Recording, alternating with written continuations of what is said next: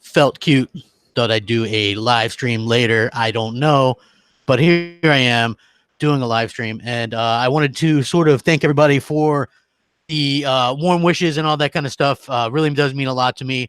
And there was some cool stuff that I wanted to talk about because Sony came out with or it looks like, and I linked this, some kind of hardware that they're going to announce. That's going to be PS4, but there's also some cool PS5 stuff that I also kind of wanted to talk about as well. What's up, everybody? I see a lot of people in the chat already. I will answer questions. I just want to also mention that I will not be answering anything about what happened the other night on Crossfire. That stuff is done and over with.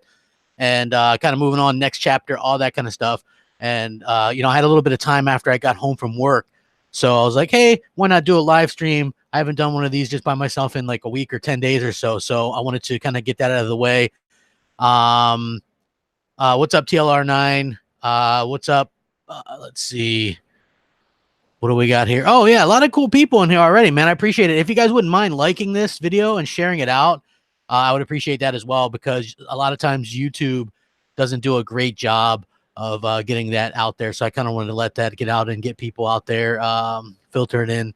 Let's see. Eric Smith, you said you have an Xbox to play the best versions of games, but they play best on PC, not Xbox. Are you talking to me, Eric? I'm not really sure you're talking to me or what. Here's the thing where I regard with that, right? I think PC is fine if you want to put enough money into it, but the Xbox One X in particular is a great machine to play like multi-plats and stuff on. So for a limited, and especially since you can get one for like $399 right now, and maybe even a little bit cheaper. So keep that in mind as we kind of go forward. But just the most important thing as gamers is we keep playing, because I don't know if you guys saw that report, but it does look like indeed console gaming is up, and while mobile and PC gaming is down. So people are going to console gaming. Console gaming is far from dead. And as a fan, I got to say, I definitely like that. And I like to see that, and I like to hear that from everybody. So hope you talk a little. Oh, Days Gone. Oh my gosh. So if you guys didn't know, Days Gone, I'm very excited about. Now, here's the thing. It's easy to go and say something like, hey, you know what? Days Gone, crap, you originally didn't like it, which is 100% true. If you look at the original kind of trailer for that, it looked very generic to me. And now they've really updated it. The character has some life and liveliness to him. Looks like a really good character. Some people are showing a couple of glitches or whatever. However, those are pre-day one patch, which there's a day one patch, almost 20 gigs.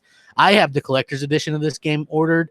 So, yeah, I'm very, very excited to kind of get that.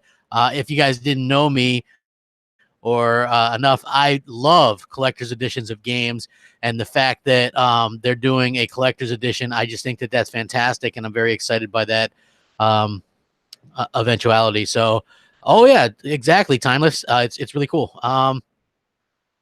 Simon, dude, here's the thing where I stand, right? I'm gonna continue to game on both platforms. Actually, I game on the Switch too, so all three platforms. I'm not going to just bash Microsoft blindly. If they have a great E3, that's great. But at the same time, I got to go my own way and say I am disappointed, and I keep repeating this. And I'm not going to say I'm sorry for this anymore, but I want a new IP announced. I don't want Phil Spencer to get up there and try to sell me 2 new Xboxes without selling me on future new AAA IP as well. Halo, Gears, Forza, great. Fable, great. Love those franchises to death. Love them. Absolutely.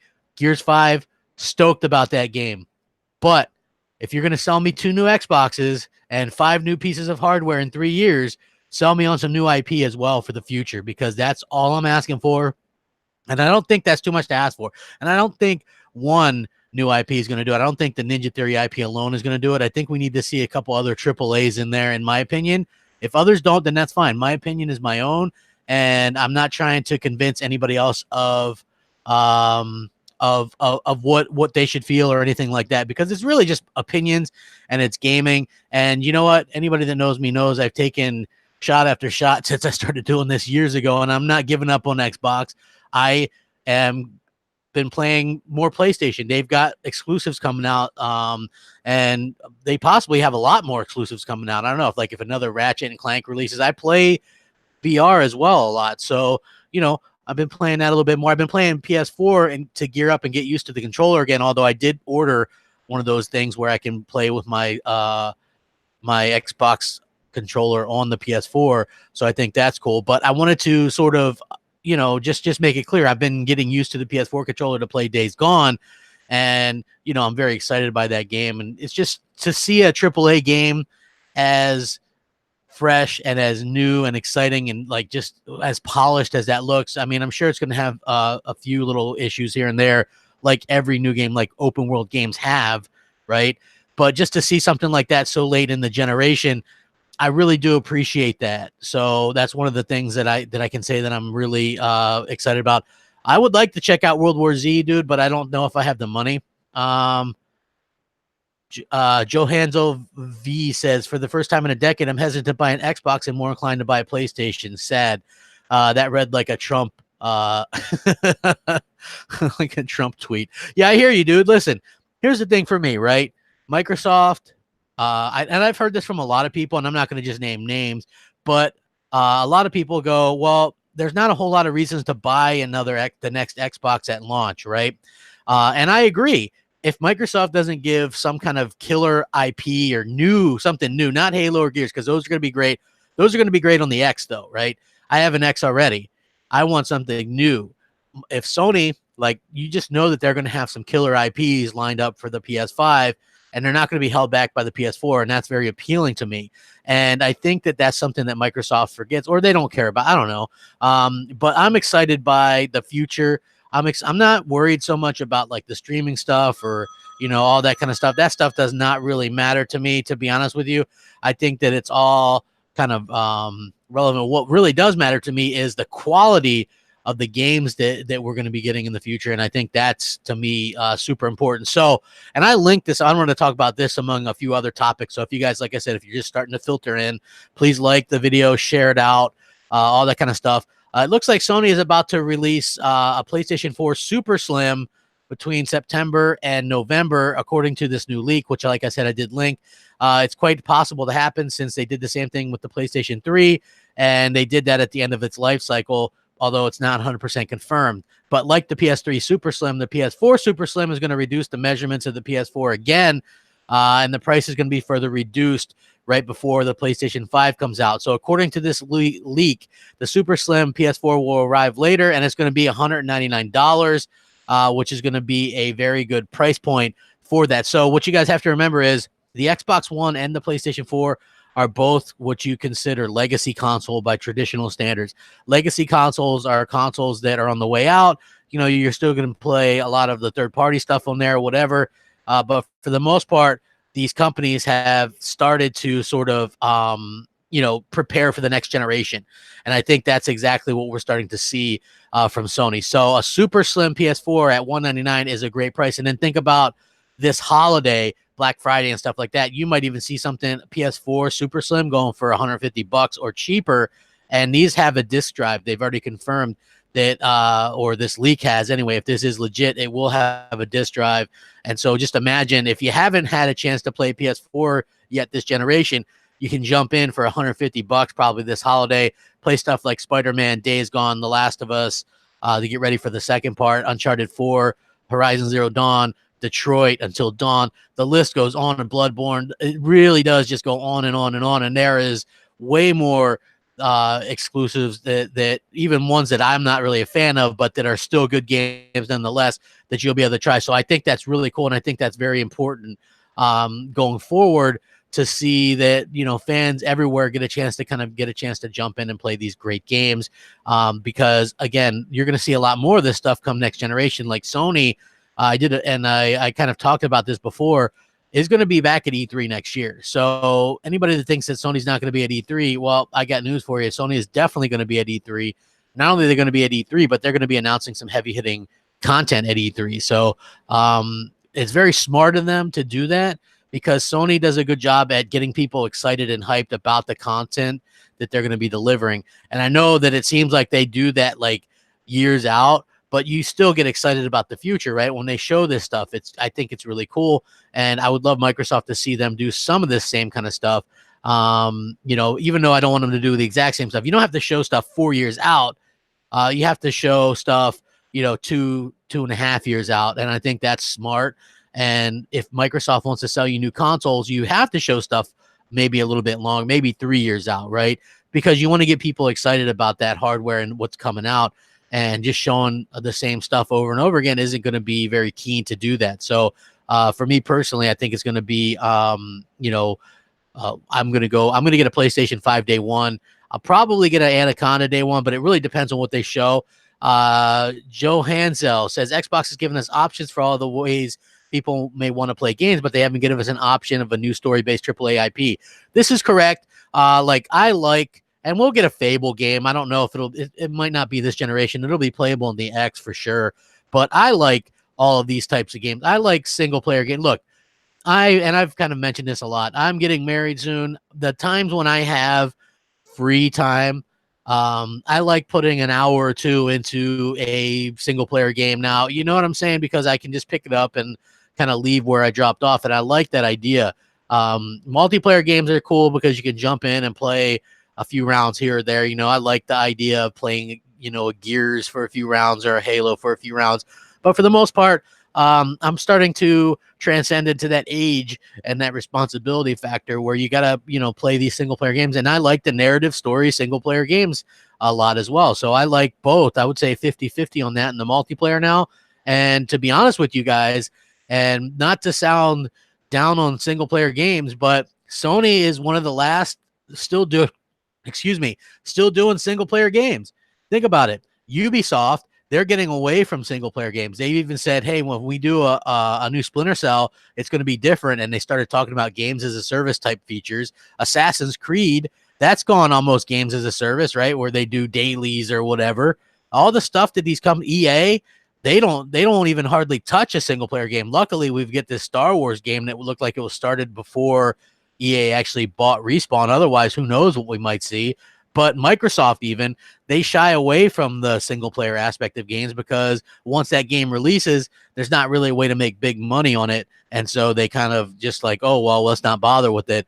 It's hard to see because, the Breath of the Wild game for Nintendo or the Mario game, these single-player games, those games sell like crazy, but Microsoft doesn't really have anything that sells like crazy, and they don't they don't really take enough chances to wait and see if these things really sell well, right? So where, Uncharted 1, and I've mentioned this multiple times, Uncharted 1 is not a great game. It's an average game, and Sony saw something in it to greenlight a sequel, and they got it's probably the best IP last generation, which is Uncharted 2. So I think that that's very important to give these games a bit of a chance and just sort of see what can happen from that. So that's how I feel about it. Hold on, let me see. I'm going to answer some questions as I go along. I'm going to keep reading about this stuff as well. Burek says they should try to publish next-gen games to Xbox One and PS4. Old CPUs will hold back the next-gen games if they do that. This includes Xbox One X2. I agree. Next-gen console should be next-gen games. 100% agree. Rack that up. Buck Rogers says, I don't do online, so single-player games are my jam. Dude, there's a console for you. It's called PlayStation. Wonder Penguin says, what does Microsoft need to show at E3 to get you to buy an Anaconda at launch, or would you ever consider the Lockhart? I'm a tech guy. I do YouTube and stuff like that, so I would be an Anaconda guy.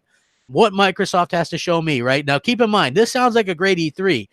And I'll do a full prediction of what I'm going to think a little bit closer when we get to it, because I've heard some things. But they're going to show Halo. They're going to show Gears. They're going to show Fable. That's great. Any other year, that would be like a megaton lineup. But considering we haven't had a new AAA IP announcement since 2015, I want to see at least 2 to 3 new AAA IP announced. Not little dinky ones, not premiering first on Xbox for 24 hours. I want to see 3 new AAA IP announced for Xbox for the future, right? I want to see something tangible. Because I think Halo and all that stuff is great, but if I don't need to buy a new Xbox to play those games, even better, right? And Microsoft seriously does not care if we buy the next Xbox or how we play it. So if I can play that stuff on my X, great. If they show me something amazing, right, some new IPs that really blow me away, at that particular point, then I'll be sold on the next Xbox and I'll get it. For Sony, they've already sold me on the fact that they respect me as a gamer and they respect console gamers, right? Whether or not you agree with it or not, they give their gamers timed content, exclusive content, exclusive games, right? They make you feel like an A1 gamer. I've got to say this, and I know some people might not agree with me, and that's fine, man. People want to unsubscribe or whatever. Just being on the PlayStation, I don't want to say bandwagon, but just being a PlayStation, just realizing how great some of their games are with an open mind. This must be what it feels like to cheer for the Tom Brady and the Patriots, right? That's what it feels like to me anyway, right? Like, yeah, to cheer for a winner, for, like, you just feel good. You got your head raised high, right? It's just one of those things where you just feel like they respect the hell out of you as a gamer. And while they're not perfect either, they're going to keep and continue to deliver the type of games that you want and that you expect as a gamer. And I love that. I think that's fantastic. I think that's something that Microsoft forgot about, because if you guys don't remember this, and people might go, oh, well, Crap's really mad at Phil and crap this and crap that. Well, here's the thing. Phil Spencer, this generation, the one we're in, Xbox One, has said things like, we want to make Xbox console gamers feel like first-class citizens. In it to win it, I want to beat PlayStation. He was the guy that said all this stuff at various times during this generation, and now he scarcely even mentions the console itself, but rather talks. And when you look at his interviews, look at this last interview with Inside Xbox. What's he bring up most? He brings up most like streaming and how. And if you look at even this invite that they're doing for their E3, it's for Xbox briefing for quote unquote all gamers, right? So I really think that what they're doing is they're sort of trying to save, all gamers, or do an E3 for all gamers, not so much Xbox gamers. And what I mean by that is I think they're really going to go heavy on the multi-platform stuff just to appease everybody, because they feel like they got to pick up a lot of the slack. And I feel like that's what they're going to try to do, so they're going to show an abundance of multiplats. And I think that's fine because we all play multiplats. But if you're a PlayStation fan, heck, tune in to see what you're going to be playing on your PlayStation, friends, because they're going to show the majority multiplats. They're going to show Halo, Forza, or Halo, Gears, and Fable, and possibly the new one from Ninja Theory, but they're not going to show much else. And maybe they're going to show their indies and all that kind of stuff. So, keep that and stuff in mind when you go forward. And just, keep in mind that, Microsoft has that kind of agenda now where they're just like not doing anything special for Xbox gamers lately, to me anyway. If you guys think they're doing special, I'm not going to try to change your mind about it. I think, like I said, the Xbox One X, fantastic console, but to me, they're not doing anything special to attract me as an Xbox gamer anymore, right?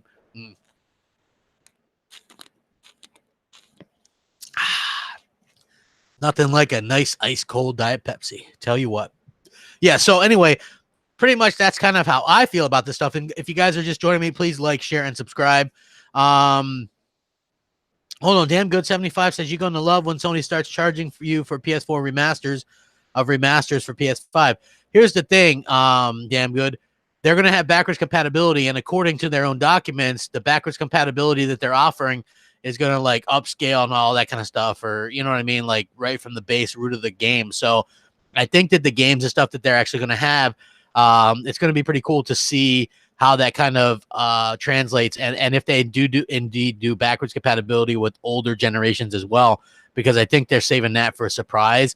And believe it or not, I do think they're going to have some surprises on E3, on Microsoft's E3 day, that's going to spoil Microsoft's E3, right? Like this PS4 Super Slim announcement for $199. I mean, think about this. A Super Slim PS4, probably bundled with a game, for $199, Black Friday $149, and Microsoft just announced a new revision of the S with no disk drive for $50 more, right? Like that's the type of thing. When I say like Sony plays chess, Microsoft plays checkers, even though Microsoft's a bigger corporation, sometimes you wonder what Microsoft's thinking. And I'm not going to sit there and bash them all day because it is what it is. Edison Martin says, do you think they launch a new Kinect for the new consoles? Nope. Kinect is dead. Kinect is dead. Jordan Ship says, are you tired of Xbox being the underdog? Xbox isn't the underdog. Xbox has all the money in the world. I used to believe that they were the underdog. They are, in fact, the empire, and they just refuse to spend, right? They're like your favorite baseball team, that refuses to spend money on anything good for their fans. Dirk Griggity, what's up, my friend, man? I appreciate you stopping by, man. I've lost a lot of support from the Xbox fans, but it is nice to see you here, man. He says, you should have always had an open mind when it came to PS4 exclusive. They've always been great. I feel Xbox will be better next gen. Yeah, you know what, Dirt? It's easy to say, and I agree with you. I should have had an open mind, but just keep in mind, when I started this YouTube stuff, and I would get a lot of the hate and the threats and all this kind of stuff, your natural reaction as a person is to kind of form that rhino skin or whatever and just kind of attack back, right? And so I was kind of bitter and upset and wasn't willing to give a lot of the PlayStation exclusives a try, although I did love Uncharted 4. I thought that was really good. Until Dawn, Ratchet and Clank, I gave those games all good scores either way because they were great. When I started seeing stuff like Detroit and God of War, I think that's when I started to realize, like, holy crap, the quality level is insane. And, you know, coming out with 3 new IP to end the generation, who does that? Well, Sony does that. And they're going to continue to come out with bigger and better games each generation. And I think that's fantastic. So I'm really excited by that. And I agree with you. Microsoft is going to be fine, guys. Listen, you don't need me to tell you Microsoft is going to be fine. Xbox is going to be fine. It's not going anywhere. They're going to continue to make Xbox consoles. They're going to continue to make Gears, Halo, Forza. They'll throw Fable in there. They're going to have a lot of these smaller games for Game Pass. They're going to put all that stuff in there. They're going to continue to do well. They're going to sell a ton of controllers, and Game Pass is going to continue to do well. For me personally, though, right now, I want new stuff. You know, I buy Xbox for certain types of games and want new stuff as well. I buy PlayStation for certain types of games, but want new stuff as well. Same thing with Nintendo.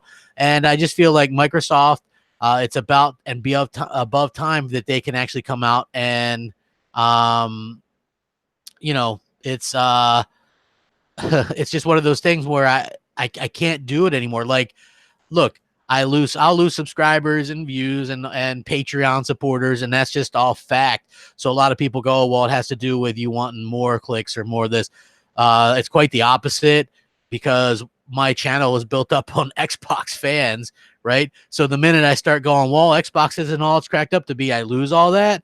But to me, it was more important to kind of be honest, especially over this last few months. I started seeing Microsoft more and more cater towards PC and streaming, and they think that's the future. But to me, and I think I saw this best with Matt Piscatella when he said this, he goes, you cater to what you have now to prepare for the future. And I just feel like Microsoft hasn't really done that. They haven't really excelled. The 360 at the beginning, they excelled because they really were hungry and they wanted people, right? They wanted you to get an Xbox, right? And now what we see is they're not really trying, in my opinion. And it just seems like they're so preoccupied with these 2 billion gamers that they don't care if we go someplace else. And I feel like that's a shame. I feel like almost you're not wanted by Xbox. And while PlayStation, it seems like when they do interviews and stuff like this Cerny interview, he talks specifically just, you know, they even bring up streaming, but he just brings it back to consoles. You know what I mean? He's like, well, we got our consoles and we love our console fans, right? And it's like with Xbox, I'm not so sure that they love their console fans. You know, and I don't know where we fit into their picture. They're going to make more consoles, obviously, but do we fit in long term? They're not giving us much of a, you know, we don't have any kind of exclusivity timing. We don't have any kind of, you know, content that's timed that gives us an advantage. Literally, Phil won't do anything for us. You know, he'll give us games when we take a poop, but he won't give us exclusive content or exclusive maps for 30 days, something we can actually use. Okay, because I'm not sure about how you guys are, and maybe this is you guys. I don't know. For me, and for a lot of people I personally know, of course, it might not be you. I don't see anybody that I know clamoring to take their games and play them on anything whenever they want, because we all, you know, work and we have families and jobs and, you know, or they go to school. You know, there's not really time to carry an Xbox controller with you and strap it to your phone and stream a game. Like, nobody's really dying to do that. Maybe there are some people that are dying to do that, but I think more people would just be happy if Microsoft came out with a ton of great games, some exclusive content, and made Xbox console owners feel like number one again, right? That's what Microsoft used to do to me as a hardcore gamer. They used to make me feel wanted, like they, like they appreciated that I was they were the underdog in my opinion at that time. And they used to deliver that hardcore content and that online content. You could have the voice changer on the original Xbox and dedicated servers and, great controllers. And they still have this stuff, but it's like they don't really care. It's like now they want to mix everybody together, whether you're on an iPad or an iPhone or an Android phone or a PC.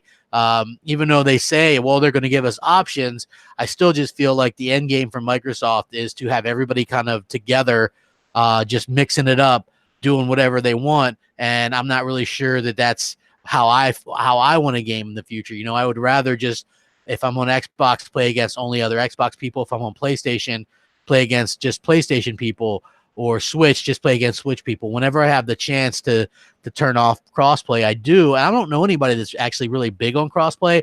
I know it's a talking point by Microsoft, which I always kind of scratch my head about, because Microsoft is so adamant on crossplay, but they're not very adamant on the ability to actually go out there and not charge people to play for free-to-play games. So it always seemed like a little bit of a kind of a slap in the face to me that they were doing that. But anyway, back to this PS4 Super Slim. It looks like it's going to be $199, which would be very cool, because that's going to get a lot of people, like Xbox fans that maybe haven't bought one yet, and kind of get them to maybe possibly go over and buy one and play some of those games before the end of the generation, which I think is very important, because if you're going to play a Last of Us 2, maybe important to play The Last of Us 1. Right? Like, that's just how I feel about it. And I think that Sony's very smart to sort of do that. And I do think that I'm very excited by this. Maybe not Death Stranding. That doesn't seem like it's going to be my bag. But Ghost of Tsushima, I think Sucker Punch does good work. The Infamous series was pretty good. So I'm definitely willing to give that a chance. And as well as Days Gone obviously looks absolutely stunning. And it's a game that I've been looking forward to for the last, I would say, month in particular. So I know a lot of you guys are too. I also love collector's editions and stuff. So the fact that I can get a collector's edition with a statue and all that kind of good stuff just thrills me to no end. I'm super excited by that. If you guys are just joining me, please like, share, and subscribe. I would appreciate it. Hit the bell so you're notified of everything. Let me see. What do we have here? Anybody? Let's see what we have here. I think everyone was still trying to figure out what type of game Death Stranding is. Yeah, Death Stranding, it is a little bit of a mystery. I don't know. It's going to be interesting to see how I'm going to be able to, if that's something they can sell me on personally. I'm not sure, but hopefully it's good. Let's see. Power Gamer X says, did you even listen to Mikey Barra on crossplay? Those views are nonsense. Maybe initially on Sea of Thieves, but they fixed that. Total bullocks. Power Gamer X. Here's the thing. Mikey Barra says a lot of things, but like I said, if they didn't have that view on Sea of Thieves, and it took a year to implement it, and they threw together people on Gears of War 4 with PC, right? So they made it a pain in the butt to be able to actually switch that off. To the crossplay between Xbox and PC, it's natively on, right? So you don't even know. And the fact that they would match people up PC and keyboard, mouse and keyboard versus controller to begin with is asinine.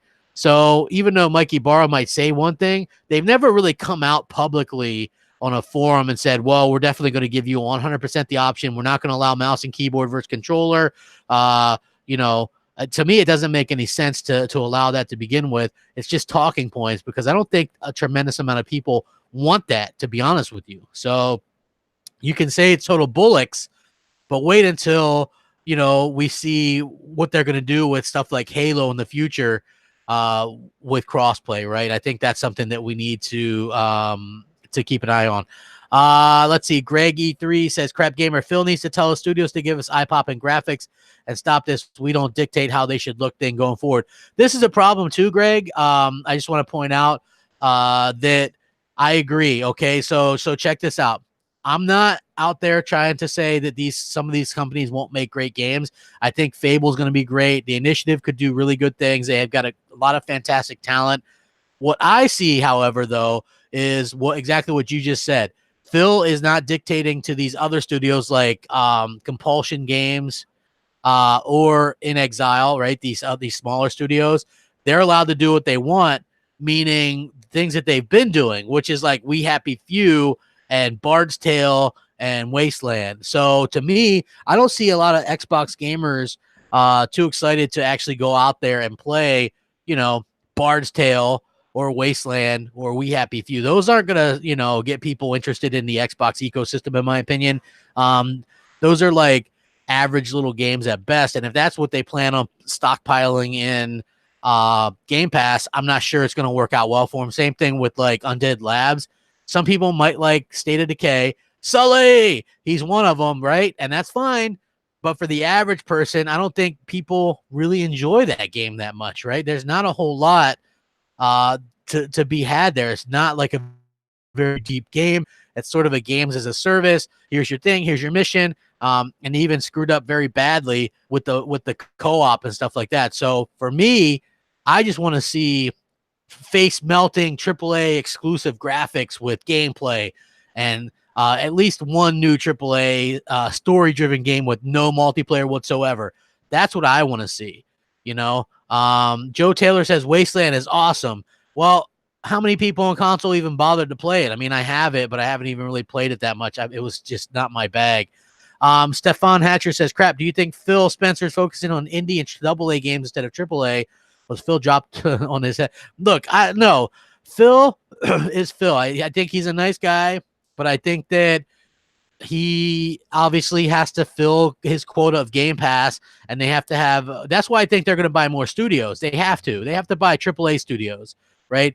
So they have some of these AA studios like Undead Labs and In Exile and Compulsion Games, and they're going to have to actually go out there, and they're going to come out with games every couple years. And I think that's very much important to their idea of the future of Xbox, because they're going to need that kind of stuff dropping, and they're going to have a Forza, every other year or whatever, and a Halo every few years, and a Gears every few. They're going to need 4 of these big games, to keep people invested. So, Mike says Phil Spencer is a piss poor leader in my eyes. Very disappointed in him. Yeah. Stu DeLube, you probably asked a question you didn't think I'd answer. He says, how do you do it, crap? Literally ripped Sony for years and then went and jumped on the horse later. It's so funny. I don't know what's funny about it, man. I had a PS4. I played a PS4. I'm just playing a PS4 a little bit more now because I'm enjoying the games, right? They really knocked it dead later in the generation, just like with the PS3. The PS3 had hardly anything to launch with, and then they really knocked it dead later on in the generation. The PS4, I have no qualms about telling you, was trash at the beginning of the generation in terms of exclusives like the Knacks and the Killzones and Drive Clubs. Those aren't great games. Okay, I 100% do not regret. I'm not recanting why I bought an Xbox One. I bought an Xbox One because it had the better games at launch lineup. That first year of Xbox One, think about this: Forza Motorsport 5, Dead Rising 3, Titanfall, Sunset Overdrive, Halo Master Chief Collection, Forza Horizon 2, Rise, Son of Rome, Killer Instinct. Just had a fantastic launch lineup that first year. Sony, on the other hand, very little come out. Even the first couple of years, Sony had very little, in my opinion. I mean, Bloodborne, I'm not a huge fan of that, but it was a good game. And then later on, Sony really started firing on all cylinders because that's what good companies do, right? They get stronger as the generation goes along, and you support your box and pump more money into it. And Microsoft failed to do that. And so that's why Sony kicked so much butt this generation, is people look forward to their games, and Microsoft's games, nobody's dropping what they're doing to play them because they're like B movies, right? So you see a movie at a movie theater, and then you know how they come out with a sequel that doesn't have any of the original stars in it, direct to DVD years later. That's what Microsoft's exclusives are to me later this generation. They didn't get better for some reason. They got worse and less quality. So I don't really see how that happened. But at the same time, I do think that they are making strides to better themselves. I just question, me personally, I question when we're going to see, any of these games actually pay off for us. So Old School Gamer says Obsidian is a quality studio. However, to Two Worlds and Outer Worlds sequel will be both multiplayer, so they won't produce an exclusive for at least 8 years. Old School Gamer, this is exactly what I've been talking about, right?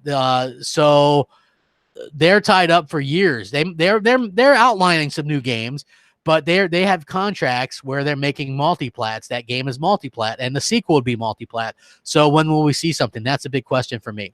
Go do beast go bro says crap. A lot of people don't believe you're being genuine, but ever since you outed yourself for no reason about blocking folks for their opinions, you didn't need to, but you did. Ponies respect you. Well, listen, I like a lot of people said everything bad about me, everything in the book. People, what's funny is people go, I don't like console wars, but then as soon as you talk about Xbox versus PlayStation, they block you and then go on because they don't want to hear anything bad about their particular brand. Early on, I was having fun. I didn't take any of that stuff personal that the Sony fans were doing to me for the most part, right? It's internet strangers. Now, like I'm adding them on PlayStation. My PSN is Crapgamer, by the way, if you want to add me on there. It's just a good time. We have some good fun. Shoot the breeze, talk video games. I like talking video games.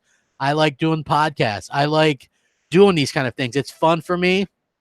I wish that so many Xbox fans didn't get so upset by my opinions that they haven't announced enough exclusives and they need new IPs announced, because I think that that's just a fact. And by the way, hit the like button. Maybe we can get up over 100 here soon. But like that's not even opinion. They haven't announced a new AAA IP since 2015, so that's very much factual. And you can't really disagree with that. And you might go, oh well, they will eventually. Well, how can they show more Xbox hardware? That's my opinion. How can you show with a straight face? How can Phil Spencer get up there and try to sell us new hardware again without showing us new software? Like not Halo Gears and Forza or Fable, new AAA stuff. Next Doc says it's obvious that we are not Xbox target audience anymore. You've disliked the moves Xbox made for years. They are not catering to us Xbox console owners anymore. It's not hard, people. That's 100% true. I've mentioned it. So people that think this is out of the blue, go check the history of my videos. I think I did a video years ago saying Xbox is going a place I can't follow. That might have been a video I did 3 years ago. I complained when they started putting stuff on PC after they said they wouldn't. I've had my complaints about Xbox, right?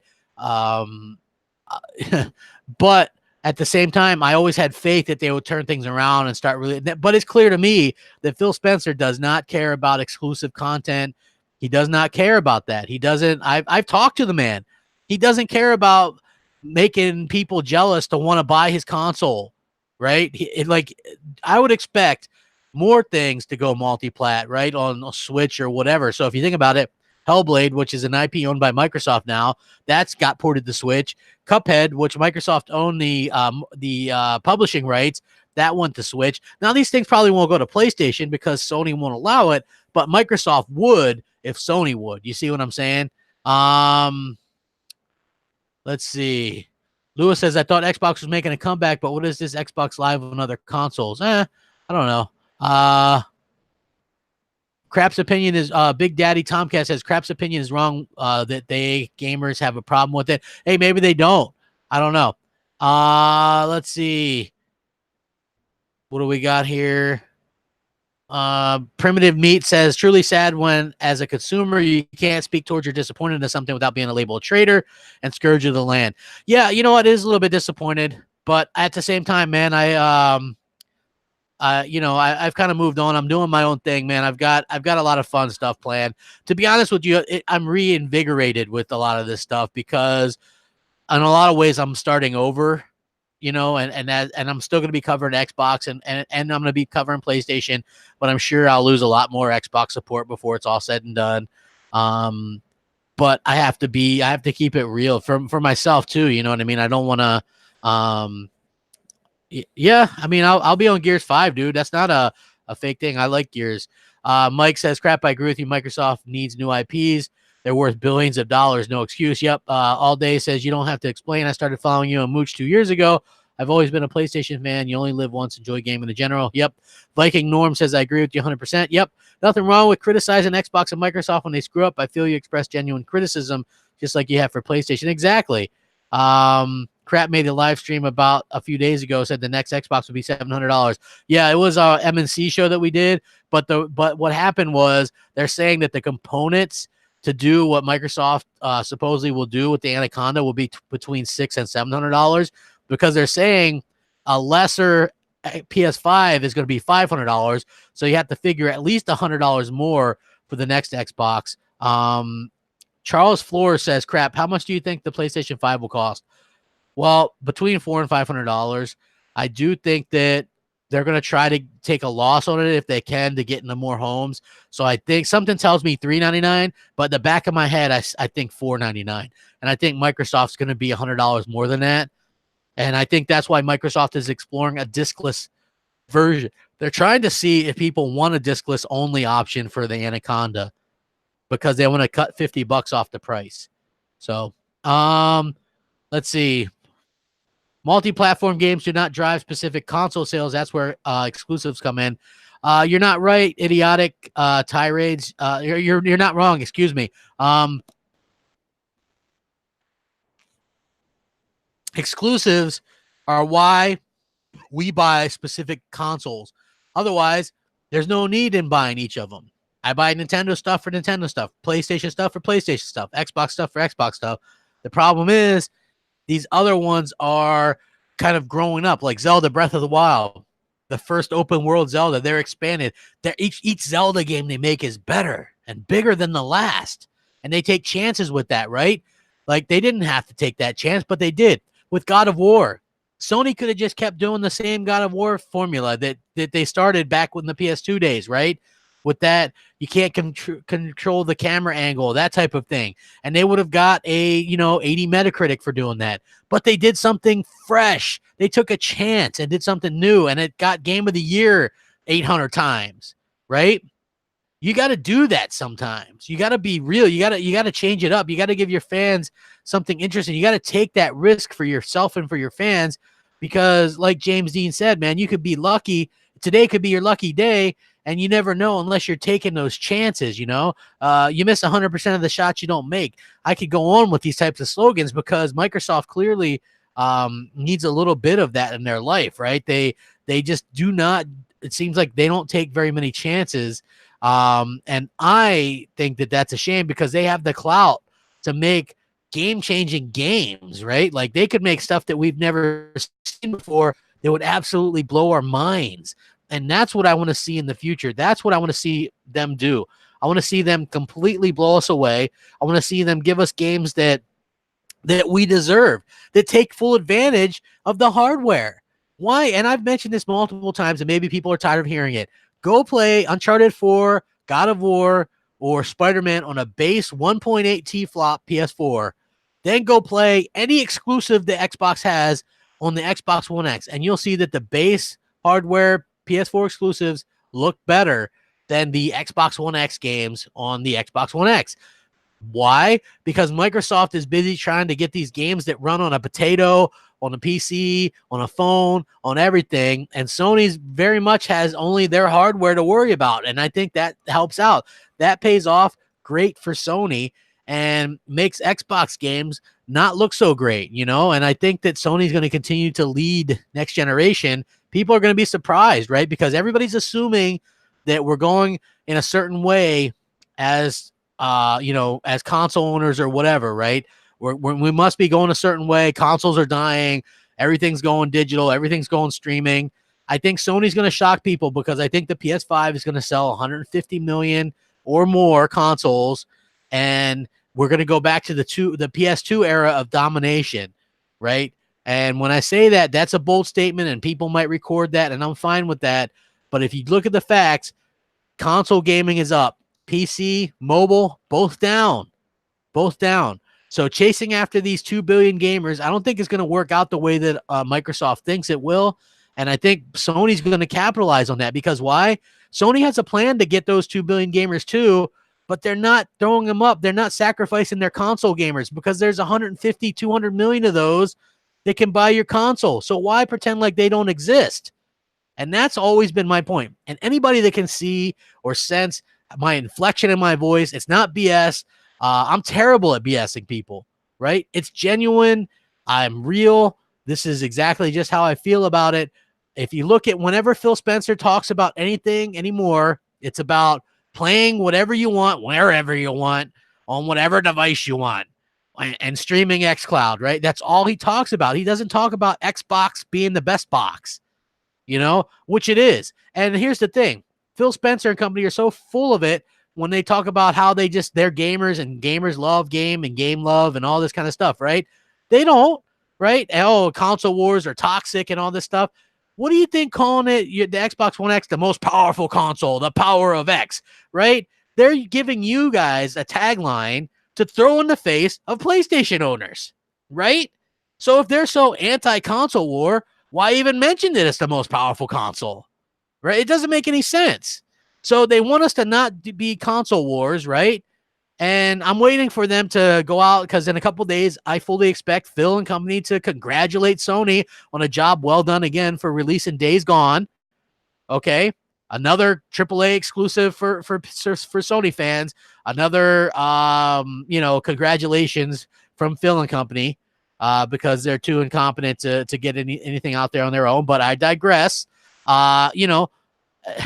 It's become an old hat. It's like they say one thing and then do another thing, and they expect people to just kind of buy it. Like Huckster Phil isn't just a joke. It's a reality for me, and him up there selling and pitching new hardware without having the software to back it up or the future software to back it up and just going, it's coming, I swear. He said that 2.5 years ago.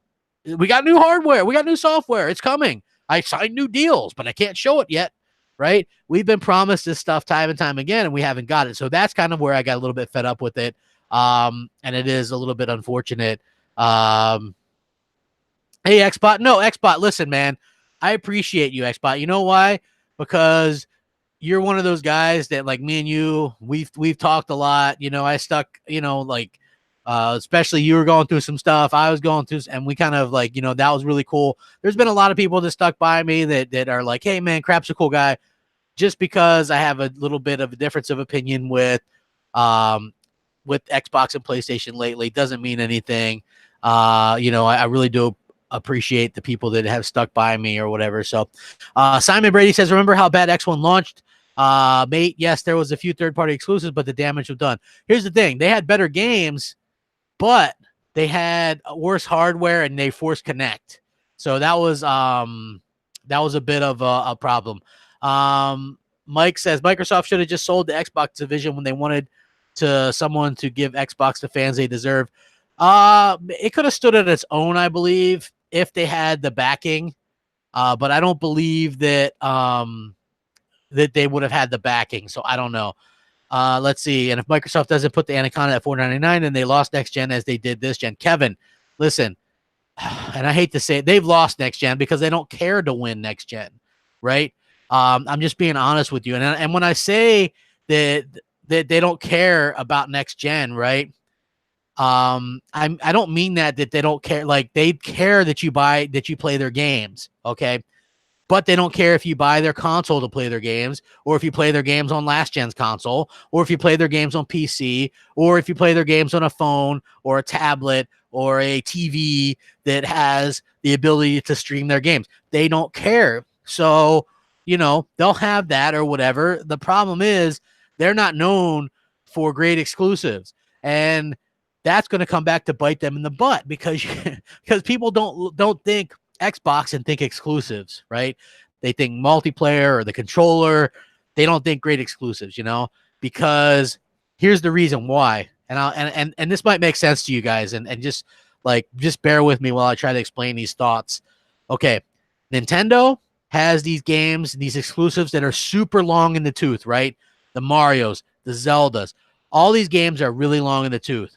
But the reason why they continue to do well because they have new stuff, they innovate, they do things, they take risks, Okay. And even if you don't agree with me, they do. Trust me, they take risks.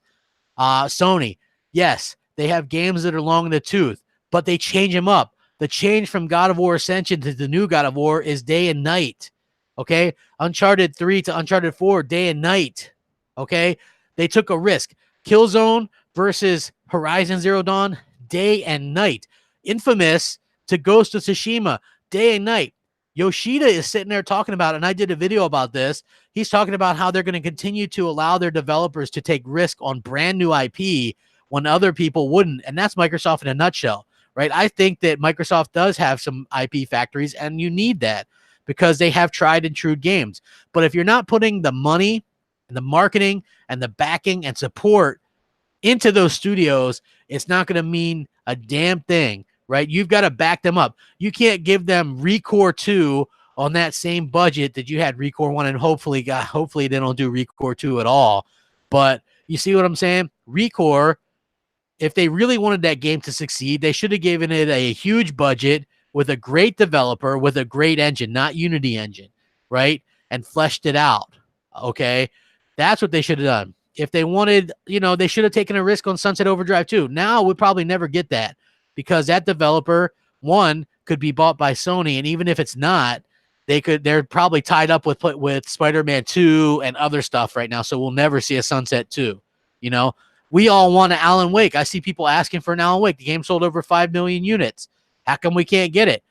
Microsoft and Remedy don't get along, apparently, so much so that Remedy went and gave their game up for a very low amount of money to be multi-plat, right? This Control game, that could have been Quantum Break 2, but they didn't want to deal with Microsoft anymore.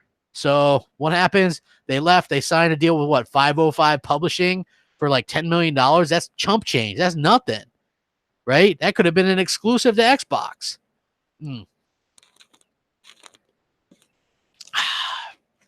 That's all I'm saying. Microsoft really picks like a lot of times the wrong thing and kind of rides the wrong horse. And that's the problem that I have. Yeah, exactly. Jack of all trades, master of none. That's a real problem. Hey, over 400 watching. Please like this, share it out. I would really appreciate it. Hold on. Gamer O'Malley says, legit question for you, Crap. If you got to at me so I see it or use the super chat. Otherwise, the chat goes so fast, I can't really see it, and I'm happy to answer as many questions as I can. Mass Murder says, Recore was a great Zelda-esque game, and they tried something new, but you don't care about it, so no new games. What? I don't know. Like, listen, I think Recore had a good idea, poorly executed. It was like 2-minute load times and just like a lot of glitches and stuff. True Witty says, do you think with the last gen PS3 fought and caught up to 360, this gen I feel Xbox just gave up too easy and threw in the towel? Do you think they care about next gen as much as the 360? No. Microsoft do not care about the console winning. So, unfortunately, they're not going to... You know how PS3 caught up, right? They kept on coming out with so many exclusives that people couldn't ignore it. Microsoft won't do that. I remember when PS4 had cock-all crap. It's the past 2 years has all come to fruition. Xbox invested for a long game. I think E3 will give us an idea if there's hope or not. There's always hope, Simon Brandy. The problem is, are they going to show us something this E3 about the future, or is it just going to be Gears, Halo, Forza again, right? Okay, Gamer O'Malley says, have you seen the hate you got from Dealer in his podcast? No, I don't watch a lot of podcasts, and I certainly have no interest in watching that one. I don't really have a problem with anybody. I'm not one of those guys. If I had a problem with somebody, I would say right up front I have a problem with them, to be honest with you. Like I said, nowadays I do my podcast, and then I'm literally out the door heading to my girl's place. I'm not really worried about what people are saying about me because I don't really have an opinion on most of these people, right? Like, I'm not thinking about them. I guess it's kind of flattering that so many people, I guess, are talking about me behind my back. A lot of people don't even at me on Twitter. You know what I mean? You just kind of see them go crap without really atting me, which is kind of weird. So if they're thinking about me, it's a one-way street. I assure you, I'm not thinking about them in the least. So, let's see. Tyler Harf says, thoughts on Kingdom Hearts 3 getting critical mode coming out today? I don't even know what that is because I hadn't had a chance to play Kingdom Hearts yet. Let's see. Killer Instinct was the best fighting game this gen. Why hasn't Microsoft made a sequel? I don't know. I would love to see a sequel for that. I absolutely loved it. I thought it was fantastic. Do you think Perfect Dark would be at E3? That's a possibility. Um, let's see. Neverland. um, let's see. Next doc says it's funny how Xbox doesn't get along with studios, Crytek and Remedy, and Blue, the Sunset sequel, Phil screwing us. Rise had unbelievable potential. Xbox's God of War. I agree right there. I agree 100%. I think Microsoft has ruined. A lot of people don't want to deal with Microsoft for whatever reason. So I think that's 100% accurate. Let's see. I'm trying to figure out all the plausible ways that Sony loses next gen. Sony already got next gen, and look, Neverland. Sony has won next gen. It's over as far as console sales go. It's over. The only difference is it'll be funny to see if Sony can also lock in like active users each month, right? Because Microsoft craves those monthly active users, and they crave them this gen, and Sony still has more, like far more, right? Almost double. So it's going to be interesting to see if Sony continues to outdo Microsoft, who has way more money and way more clout, right? And it's going to be interesting to see if Sony can continue to drawing more people use to pay for PlayStation Plus than Xbox Live Gold, right? Like that's just a fact, because Sony actually announces how many people pay for PlayStation Plus Gold or Plus, and Microsoft doesn't actually announce the numbers for Gold, but they announce the overall number of people using it. But that's across mobile, PC, and Xbox. So not all of those are paying members. You think streaming is bad for gaming in the sense that devs will get less money to make good games due to $10 a month for all those games? The split must be. I think streaming is a way for developers to take used games out of the equation and dictate the terms to us as gamers, right? We own nothing at that point. And we very likely almost own nothing as it is, but we would literally own nothing at that point. So, I think that streaming potentially could be bad because they talk it up as an option right now, but eventually I think it a little bit more of an option. Louis Ramos says it's insane to think Sony probably has new IPs up their sleeves. Sony has massive new IPs up their sleeve. They got a lot of stuff cooking. Imagine the rumor of the GTA 6 being exclusive for PS5. What would the Kumbaya people say? They'd be too busy running out to get a PS5, my friend. They wouldn't know what to say because Sony actually goes out there. Sony got people going out there doing their thing. Sony got people excited. They care about the console gamer. They want to make you feel like number one. That's what I can appreciate about Sony. Let's see. Gabriel Hernandez says we own nothing either way. All we have is licenses. But listen, Gabriel, if you have a disc, right, or a digital game, you don't have to be online to play those. You can switch your thing to offline. I can go in my closet and grab my original NES or my Nintendo 64, plug it in to an adapter that I have and play, right? Because that's what you can do. If you're just streaming, if you don't have a good internet connection, you're screwed. Portuguese says, are you confident about the rumors about E3 being true? Need a new Dino Crisis in my life. It's too early to tell right now, right? It's too early to see if those are legit because Microsoft, I know for a fact, doesn't finalize their E3 until I think a couple weeks before the actual show. So some of that stuff could be true, but we won't know for sure because things can still be shuffled. The reason why I started complaining now, it's not because, wait till E3. A lot of people tell me that. Why don't you just wait till E3 crap? Is because I know Microsoft can still shuffle things in. And I'm not a huge YouTuber, and I never claim to be. But I do have a little bit of voice. I've had interaction with the Xbox executives. Mikey Barrow was watching the show the other night on my channel, and I kind of had some interaction with him. I've talked to Phil Spencer multiple times, and they get word of this. I'm still sort of an influencer, and they see more and more influencers abandoning ship, right? And it's not like I can straight up and switch and go, I'm going all the PlayStation, because it doesn't really work like that.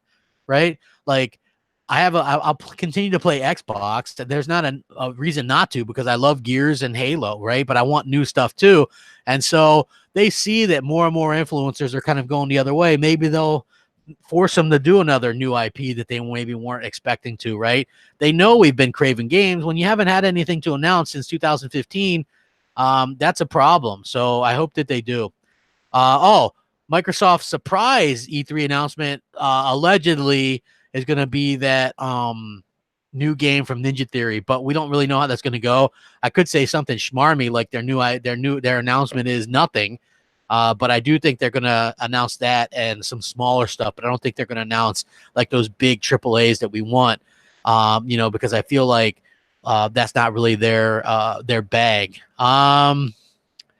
Eddie T says playing backwards compat on the SAT edition would be impossible for some games. Yes, Eddie T. So check this out.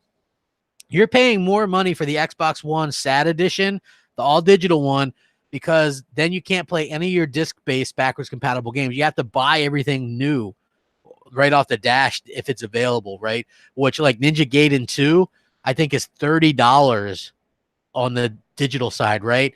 I have the physical disc. A lot of people don't realize that. They might go, oh, well, I'll buy it because I'm all digital, and then not realize that you can't play your backwards compatible stuff. And I think that's a bit of a bummer going forward. And I hope that people sort of realize that, because I don't want to see people get scammed, by getting the worst deal, which, that's a little bit unfortunate. Mass Murder said 5G everywhere is 4 years out. Sorry, not that long. What does 5G have to do with being able to own your games?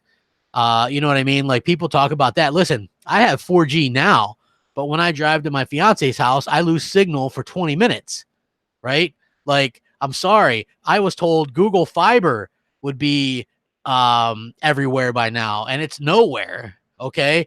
Back in 2007, I had a 12 down connection, or 13 down megabytes per second down, and that was awesome. And since then, which is 12 years later, I've only slightly doubled that.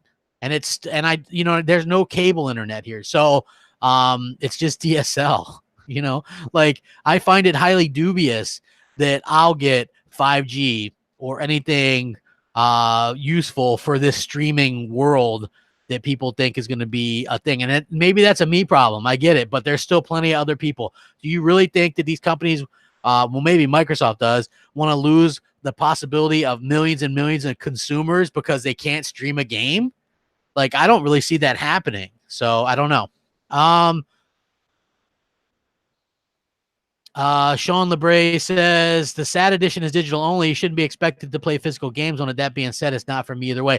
Yeah, I know, but that's just something that people might not realize is not as backwards compatible, because there's some backwards compatible games that you can't buy physically, or that you can't buy digitally yet. So you can only have them if you have a physical disc. So for me, that's something that people might not put into the equation. Like, especially when you get an S for cheaper or the same price and still have that option, I highly recommend people to actually go do that, because why not have the option of a disk drive, right? Like, that's my entire point. I feel like that's something that they should really, really keep in mind going forward, because as us fans, I think everybody wants to talk options, but the SAT edition really just takes away your options. And one of those has got to go. Like, we're either going to have the SAT edition or the S come next gen, right? Because they're not going to stop selling the S or whatever. Like, one of those is going to make it to next gen, and they're going to continue to sell the X and the S, or the SAT edition, not both probably, as well as the Lockhart and Anaconda. I can't see them having 5 different console SKUs. Good Lord. I just don't see that happening. Like, maybe 4, but I don't see 5 or 6. That doesn't make any sense.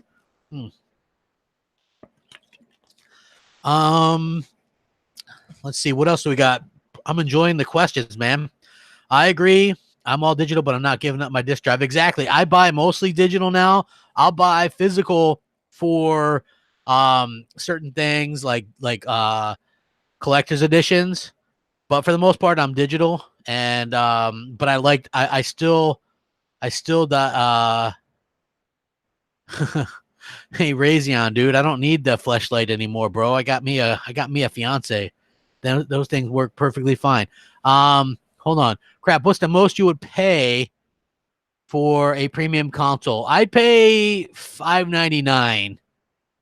I'd pay $5.99. Do you think Xbox game will be on PlayStation by the end of next year? I do. Old school gamer. I wouldn't put it past Microsoft to put some stuff on PlayStation, right? Some of the smaller stuff. You could see like a Cuphead or a Ori. I could definitely see something like that. I'm not sure I see Gears or Halo going there next year, but maybe. Let's see. Any PlayStation guys getting on your podcast tomorrow? Recommend me some PlayStation guys, man. I'm still new to this, but I wouldn't mind getting a PlayStation guy on there to butt heads with Shady or somebody. You know what I mean? I got Knox coming back. That guy doesn't take any crap from anybody. Of course, Mooch. You know, I'm looking forward to maybe doing a PlayStation podcast in addition to Xbox Nation. I have to see how it goes, man. Let's see. Primitive Meat says, I appreciate the honesty. The state of Xbox isn't good, and we as gamers need to stop coddling them. Here's the thing, Primitive. I understand that it's difficult because when I started doing pro Xbox content, it was just nothing but Xbox hate, and it seems like we're getting that again. But Microsoft seems to be doing a lot of the same mistakes over and over and over again. And as a fan, you can just sit back and kind of watch them do this over and over again and kind of bumble their way through a generation and not really try. Like, they've given up on the generation. They don't even hardly talk about the Xbox console. Like, I get it. They're making new consoles, so that should mean that they care about it. But I'm not sold, right? You got to have content. Content is king. And they've done the least amount in terms of content. The Wii U had better content. It's ridiculous. Dave and Buster's had a better exclusive than Xbox. You know what I'm saying? So there's a question, you know. Big Daddy Tomcat says, why does it bother you so much if Cuphead or Ori go to the PlayStation? Listen, those games that have been on Xbox for a long time, that doesn't bother me. What would bother me is releasing their big games, Halo, Gears, Forza, day and date on a PlayStation or a Nintendo. Because what's the point of owning an Xbox at that particular point, right? It's just it's nothing at that point. There's no point to it. I'm already least excited for the Xbox than I've been at any point in my life, right? When the Xbox launched, the original one, I was all in, man. Halo, I was all about it, man. I was all dead or alive. So many great games. Forza came out. KOTOR 2. Escape from Butcher Bay. You guys remember that? Right? Those are amazing games. Xbox 360 came out. It was like Cameo. Call of Duty 2. Excuse me. Gears of War. You know, Mass Effect 1, 2, and 3. We had Dead Space 1, 2, and 3. A couple of great Dragon Age games, right? Like, not just exclusives, but games performed better. Halo 3, maybe the greatest Halo of all time. You know, Microsoft really went all out. Fable 2, Fable 3, they went all out to cater to the fans. Blue Dragon, they did all kinds. They did Western RPGs, Eastern RPGs, you know, or Japanese RPGs, excuse me. I just really think that they gave up too soon. You know, they could have just went all out and started getting exclusives. They could have bought some exclusives, bought something. You know, bought Titanfall. Why didn't they buy Titanfall? I'll never know. Okay, that's a huge IP. They should have bought that. You know, get a Marvel game. You know, if Nintendo has Ultimate Alliance and Sony has a Spider-Man and an Iron Man VR game, which is getting rave previews, by the way, why can't Microsoft get a Hulk game or a Captain America game? Something, right? For the fans. Didn't Phil Spencer promise to make it up to us when Sony got Street Fighter V exclusively?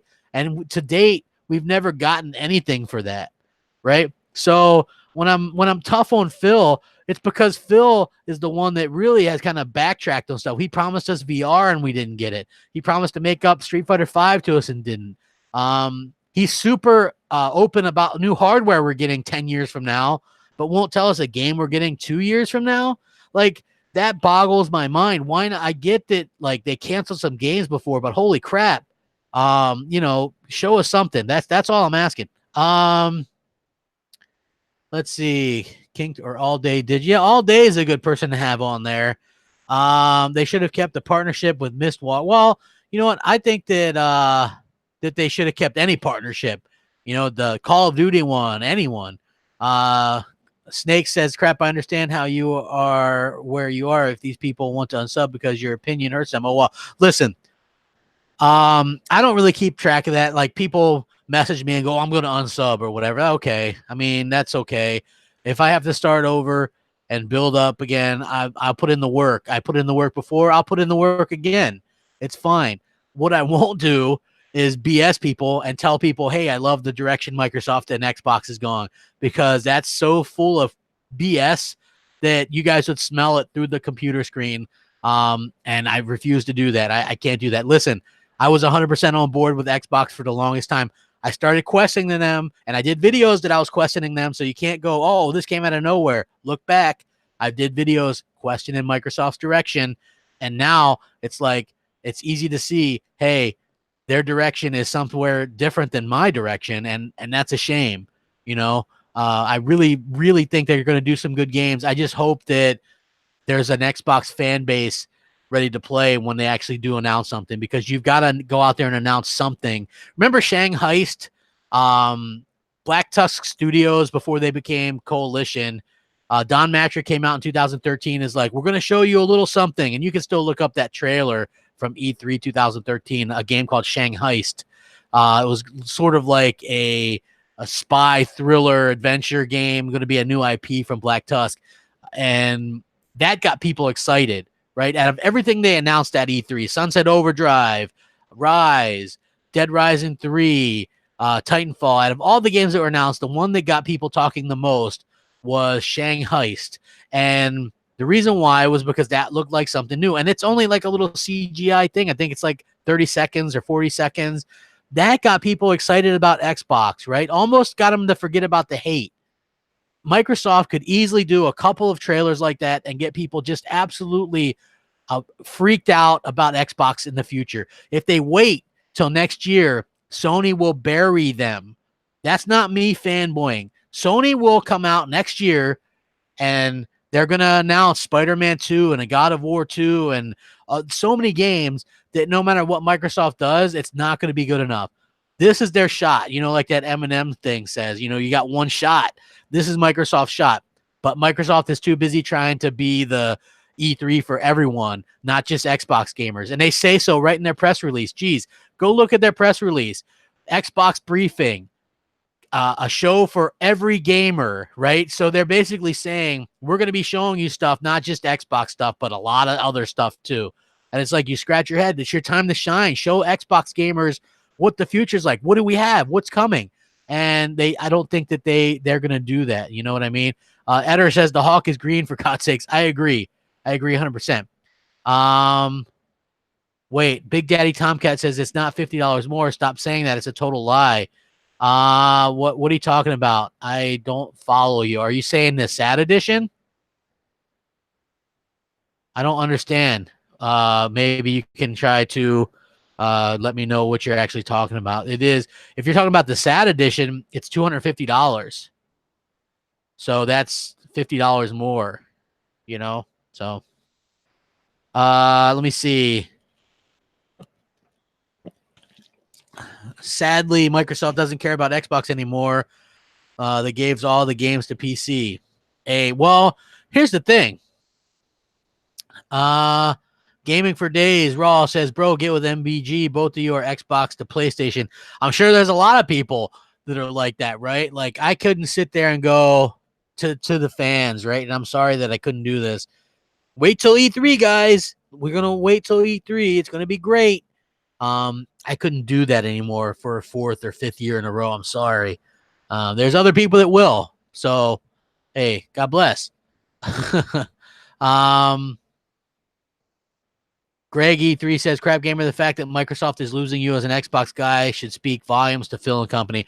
Well, listen, I'm still going to play Xbox, but I will say, if Sony has marketing or if Sony has exclusive content to stuff, I will not hesitate to buy third-party stuff on PlayStation. Content is king.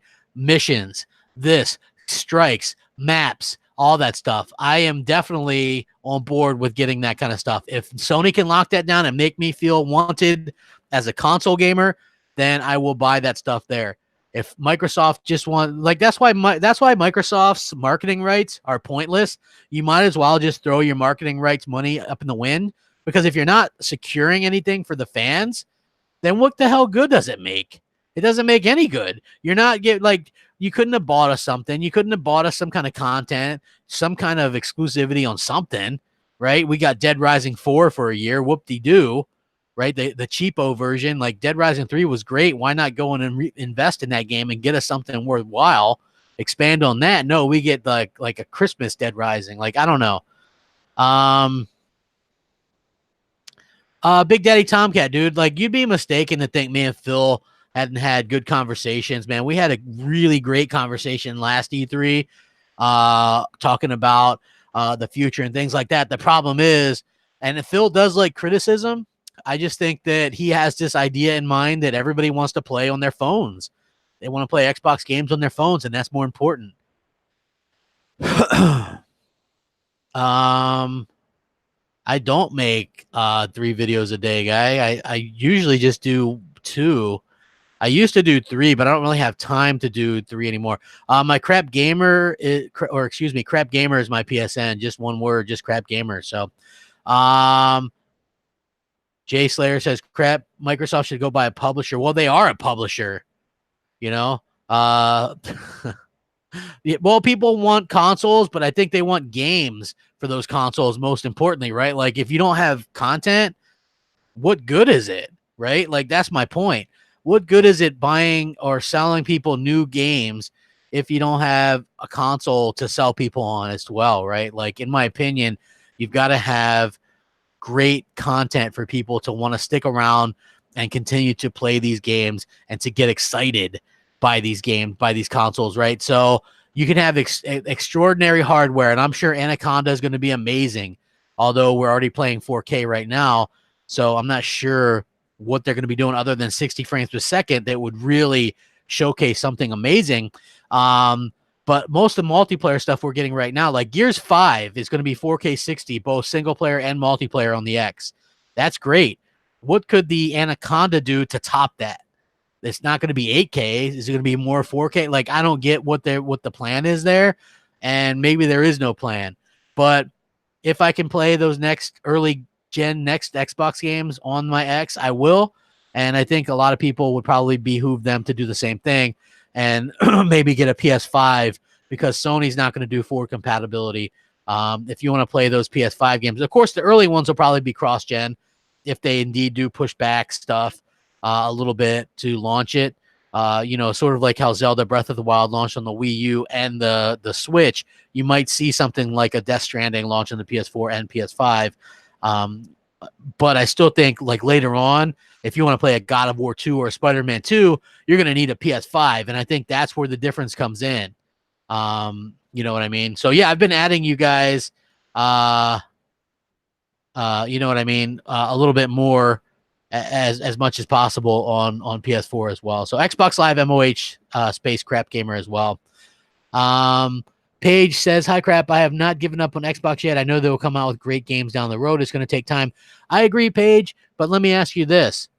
Should they do something to hype us up this E3 about the future, whether it be teasers or trailers or something for new IP before selling us on new Xboxes?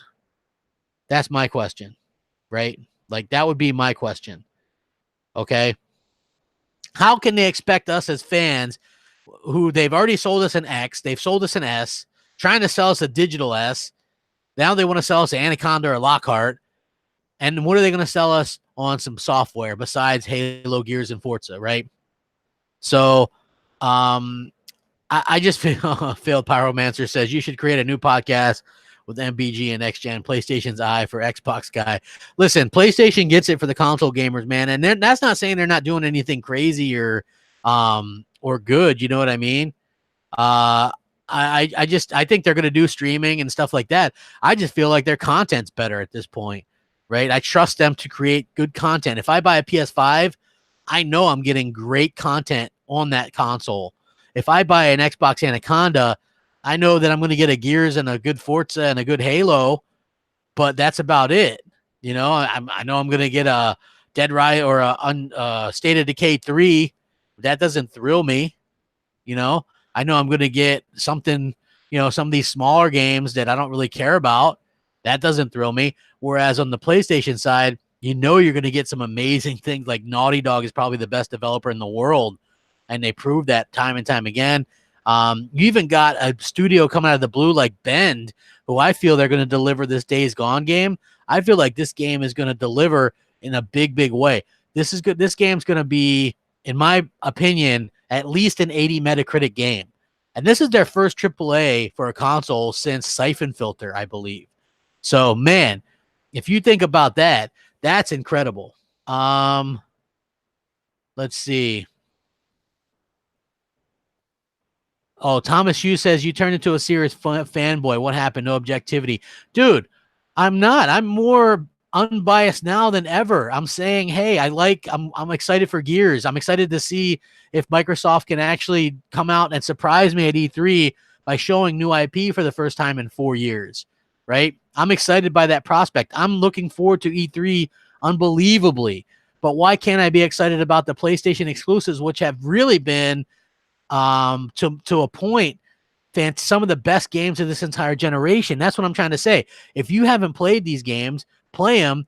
If you've been just an Xbox fan in a rut or that's been afraid to admit that these games are good, pick up a PS4 Slim, play some of these games. They're going to look better than a lot of the games on the X anyway. So get a Slim, give them a try. You'll see what I'm talking about, right? Like, it's just unbelievable how, you know, how far they've come and how amazing these games have been this generation. And I just overlooked them, a lot of them, you know what I mean? So hopefully you guys see that. And I'm still going to like Xbox when they come out with good stuff. So, let's see. I'll drain your souls now. Says, now you've seen the light, mate. I'm going to resubscribe. Yay. Thank you, man. Thank you. If you guys want to resubscribe, whatever, it's all good, man. Listen, I'm trying to wait till you guys see my Capital Foundry. I'll give you a hint. It's going to be Days Gone on PlayStation versus the latest Xbox exclusive that released not too long ago. And we're going to do a comparison, graphics, story, gameplay, and we're going to see which one wins. I think it's going to be funny. I think some people are going to get butthurt over obvious jokes, but hey, if I can do it and the PlayStation dudes can take it with a good laugh, I think the Xbox gamers should too.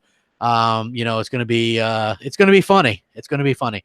And I plan on doing a lot of stuff like that. You know what I mean? Look, I don't take anything serious. I know, like, I drain your soul. You said some pretty mean things to me. I don't take it personal. I don't really know you. You don't really know me. That's why I always find it funny. It's internet strangers, and they want to be bad, and they want to, you know, like, go for the kill or whatever. And it's just like, man, I'm just a goofy gamer doing a podcast on a small channel. Like, my channel is not bigger or better than anybody else's. I consider myself, now listen, this is the part where people get pissed off. When I consider myself a top podcaster, because I can podcast for 4 hours if I wanted to, and by myself.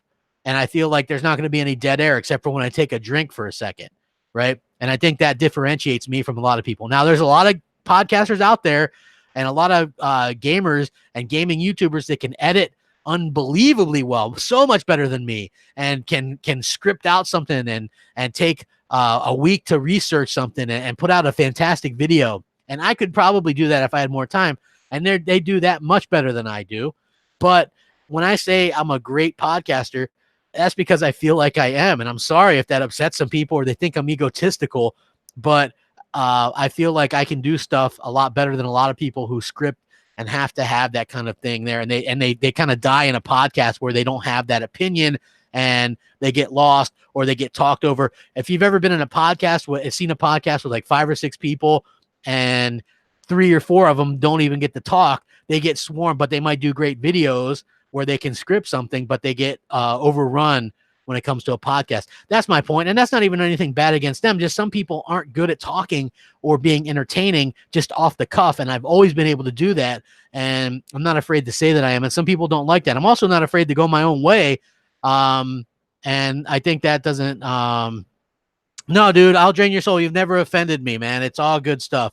I have no problems admitting when I was wrong. If Microsoft comes out and nails this E3 with multiple new IP, AAA games, and I'll say I was wrong and they did a great job and fantastic, and I'll look forward to playing those games. But I'm still going to play PlayStation games too because I know they're going to knock it out of the park. And trust me when I say this, Sony is going to ruin Microsoft's day at E3. They're going to announce release dates for The Last of Us 2. They're going to announce the PS4 Super Slim. They're going to announce, Maddie B says, crap's done chasing waterfalls. I don't want no scrubs, Maddie. I don't want no scrubs. That's for sure. You know, they're going to come out and announce the PS4 Super Slim and maybe some PS5 information.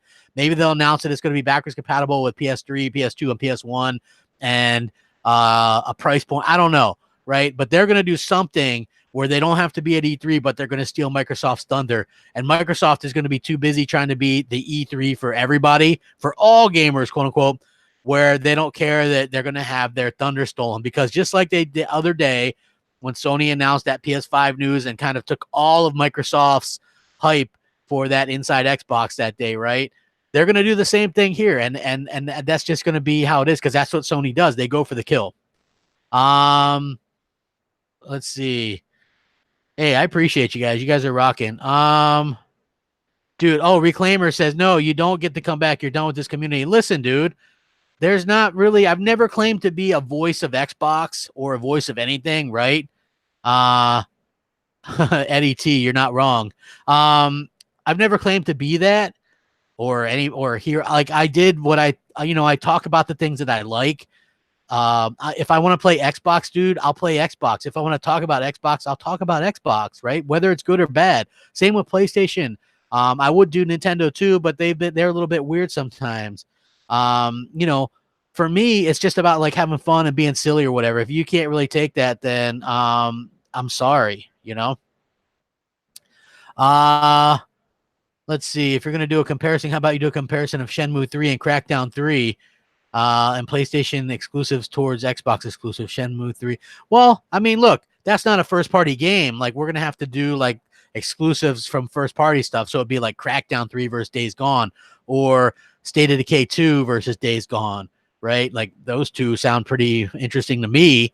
We'll see how those stack up, right? And then you guys can sort of see the difference. Or, like a God of War versus a Sea of Thieves. Now, don't get me wrong. I like Sea of Thieves. They've added a lot of content to it. But that I can understand why people hate that game. It's a game where you need to play with a lot of friends. Please hit the like button. Let's get to 200 likes. I would appreciate that. Let's see. Reclaimer says, get out of here. You were Xbox centric for as long as I was a sub. You will forever be a joke with us. Well, I mean, listen, dude, Reclaimer, think about this. You're upset right now. You think I've done something wrong by saying that Microsoft, first of all, what have I done that's wrong? Aside from wanting exclusives and playing PS4 a little bit more now to gear up for a big exclusive they have coming out and saying that Microsoft needs to announce a new AAA IP or multiple new AAA IPs for the first time since 2015. If that makes me some evil Judas, then I guess I am. I'm sorry. If me saying Phil Spencer, how dare Phil Spencer get up there and be a huckster and sell 2 new Xboxes or more consoles to you without giving you something new to look forward to outside of Gears, Forza, Halo, and Fable, then I'm sorry, right? Well, how many more times can I apologize for saying, hey, I'm looking out for you guys and I'm the bad guy here, right? I don't look at myself as the bad guy for saying that. I'm sorry that you look at me as that.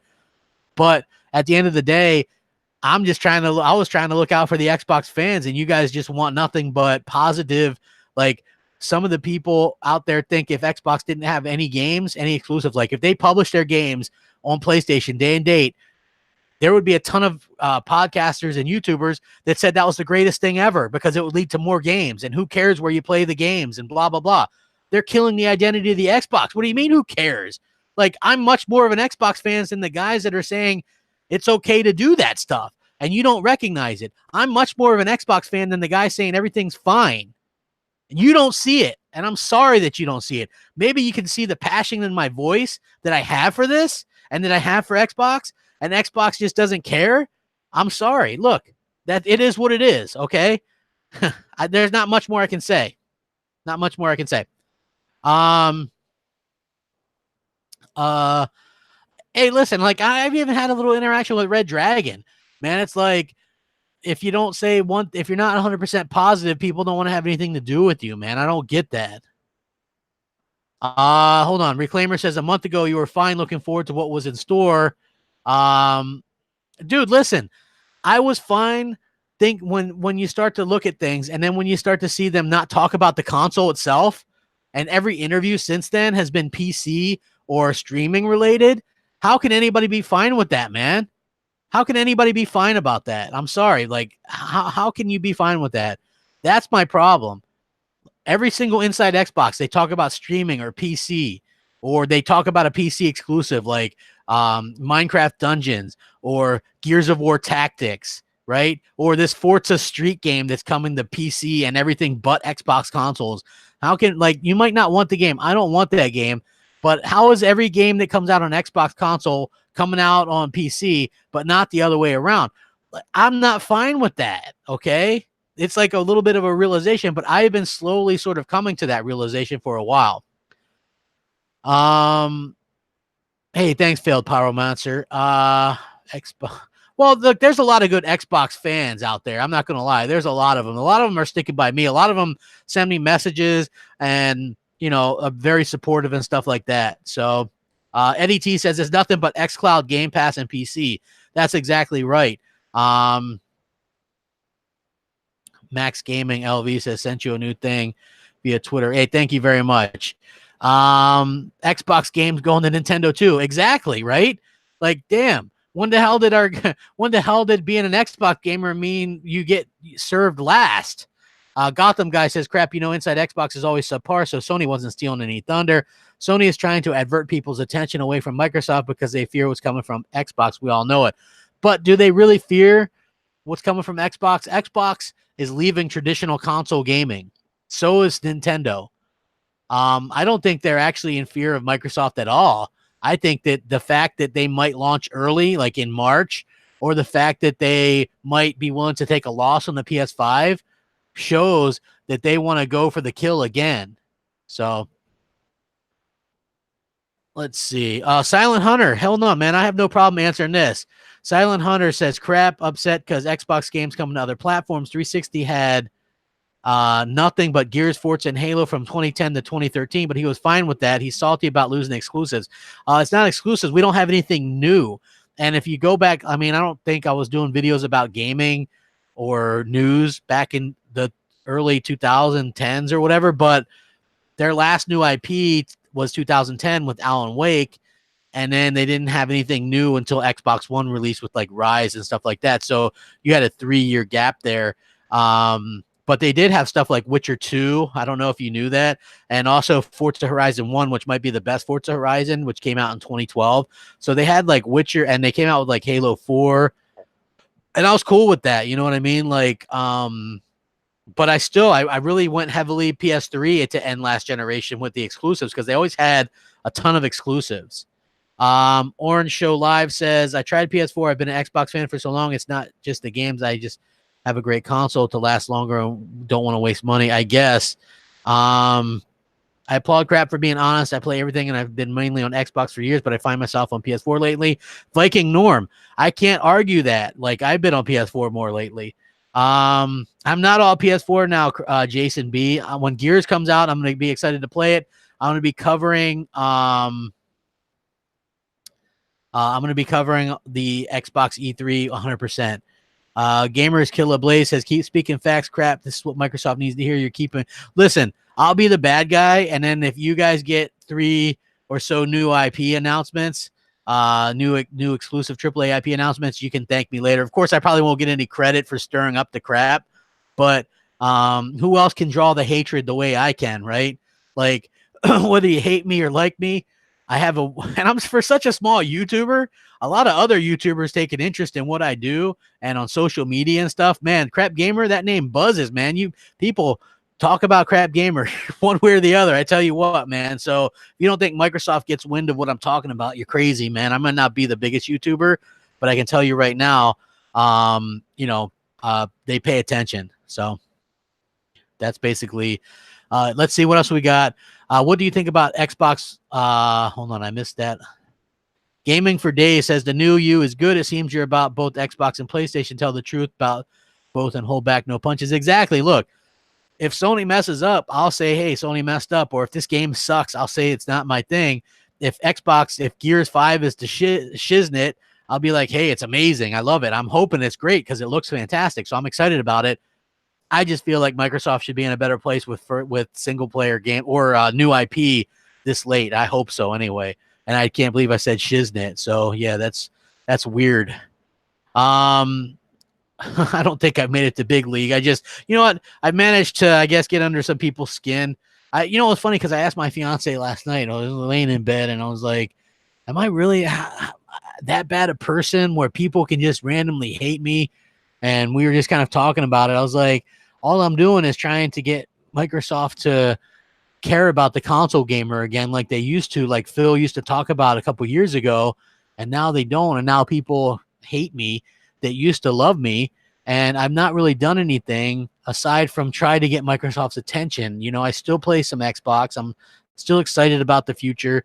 I just don't understand it. It doesn't, you know, how is something like, if you think about this, guys, all right, and I don't mean to get sentimental on you guys. I've been doing this since I think late 2013, maybe early 2014. I poured so much time and effort, heart and soul into doing videos and hyping Xbox and trying to get people excited. I used to get messages every day like, thank you for being so positive. I wasn't going to get an Xbox, but you really talked me into it, and I love it. I've never looked back. You know, and now I get messages from Xbox fans. Some hate, but some is just like, you're right, man. Thank you for speaking your mind. So many places are just like saying how great Xbox is now for giving us options, but they don't bring up the fact that they're not giving us anything on the future. They're not showing us anything to get excited about, but more hardware. And without the software, there's no reason to get excited about the hardware. Wouldn't the Xbox One X have been even better if we had tons of, you know, at least a few games that showcased it, like realistic games, right? But it didn't. You know, the next Xbox will maybe have a better launch lineup, but wouldn't it be great if they had some new IP to sort of launch and get everybody really, really excited about that? Like, that to me is what I want to see. And hopefully Microsoft listens.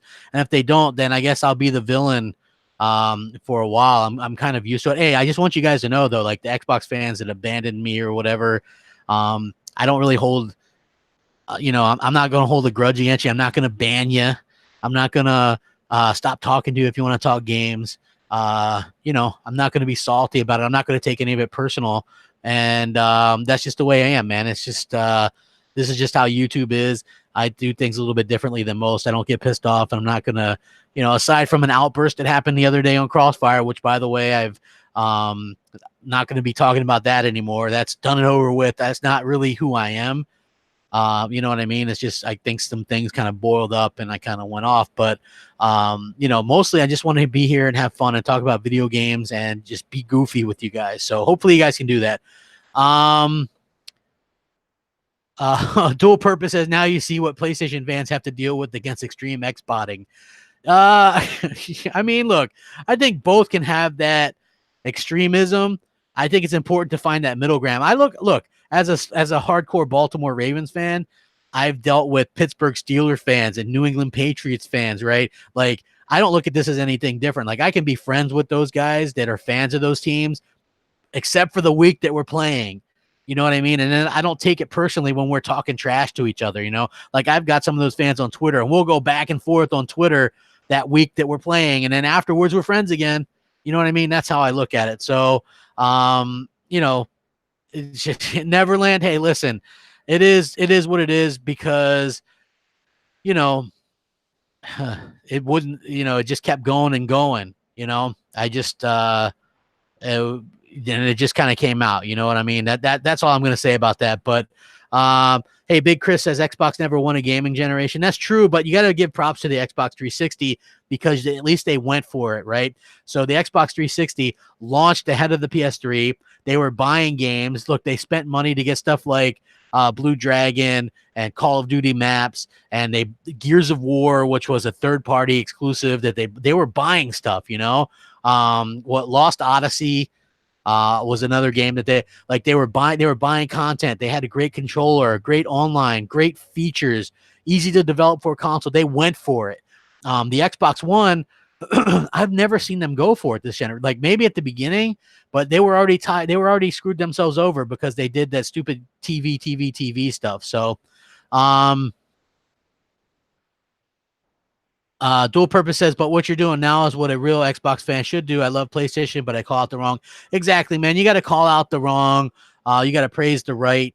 It's it's how you can help these people grow the criticism. That's why when you do, to Phil's credit, he does say he likes the criticism because he can learn from it, right? And I think that's very important. You've got to be able to learn from the criticisms and sort of adapt as you go along, because otherwise they're just going to keep going the status quo. And I don't know anybody who wants to go along without new IP announced or, something of the future to be shown. We can sit there and go, well, we knew that we weren't going to get anything new for years because they just got those studios. You're telling me, which most of those studios were bought over a year ago, you can't come up with a 15, 20-second teaser trailer to show us something at E3? An engine. Hell, they didn't even show a new Halo game. They showed an engine concept for Halo Infinite last year. You can't show us an engine concept for something else, right? Like, don't give me that. You're Microsoft. That's all I'm saying, right?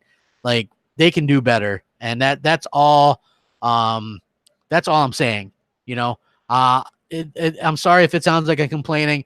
I think after E3, we'll get a better idea. Maybe it'll be better. Maybe it'll be worse. All I can tell you is if Microsoft lays an egg on E3, I expect, 12, 13, 1,400 people here watching my post show because I will not hold back on Microsoft one bit. And, and I think they probably deserve it. If they do a great job, man, I'll be right there going, hell yeah, that was a great show. They got me excited for the future of Xbox. That's what I'm hoping for. But I have learned when you expect big things from Microsoft and Xbox, they tend to let you down. Like inside Xbox, every single time they let you down. Gaming for Days says Xbox is going into E3 with bad PR with the Xbox sad. Yeah, they are kind of the laughing stock with that. I don't understand their naming policy. Like they should have somebody there who kind of figures this stuff out a little bit better. Arctic Werebear says Sony needs better mod support and less censorship. The Bright Light and Devil May Cry 5. Yeah, listen, I think the PS5 is going to settle some of this stuff in terms of mod support. I believe the mod stuff has to do with what the console power allows and some of the also on the back end, like in terms of memory and things like that. So hopefully the next gen will be better. Yeah, the censorship thing is a little bit weird because Sony was always like first in line with allowing their developers to do whatever they want. So it is weird that they're kind of doing this now.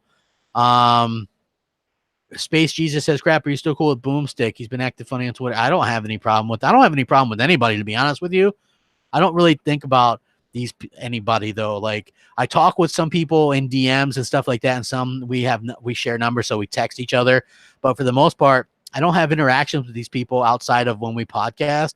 So it's not like I'm thinking about them. I know that sounds rude or crude or whatever, but literally when I finish podcasts, I'm out the door.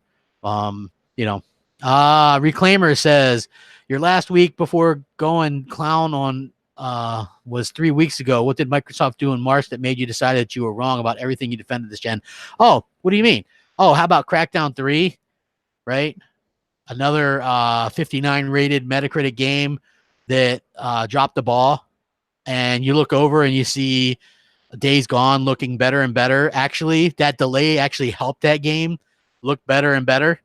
And then you look over and you're like, holy crap, they also have Last of Us and Death Stranding and Ghost of Tsushima, 3 new IP to end the generation, and Microsoft can't even get 1 new AAA IP out to end the generation. Like, yeah.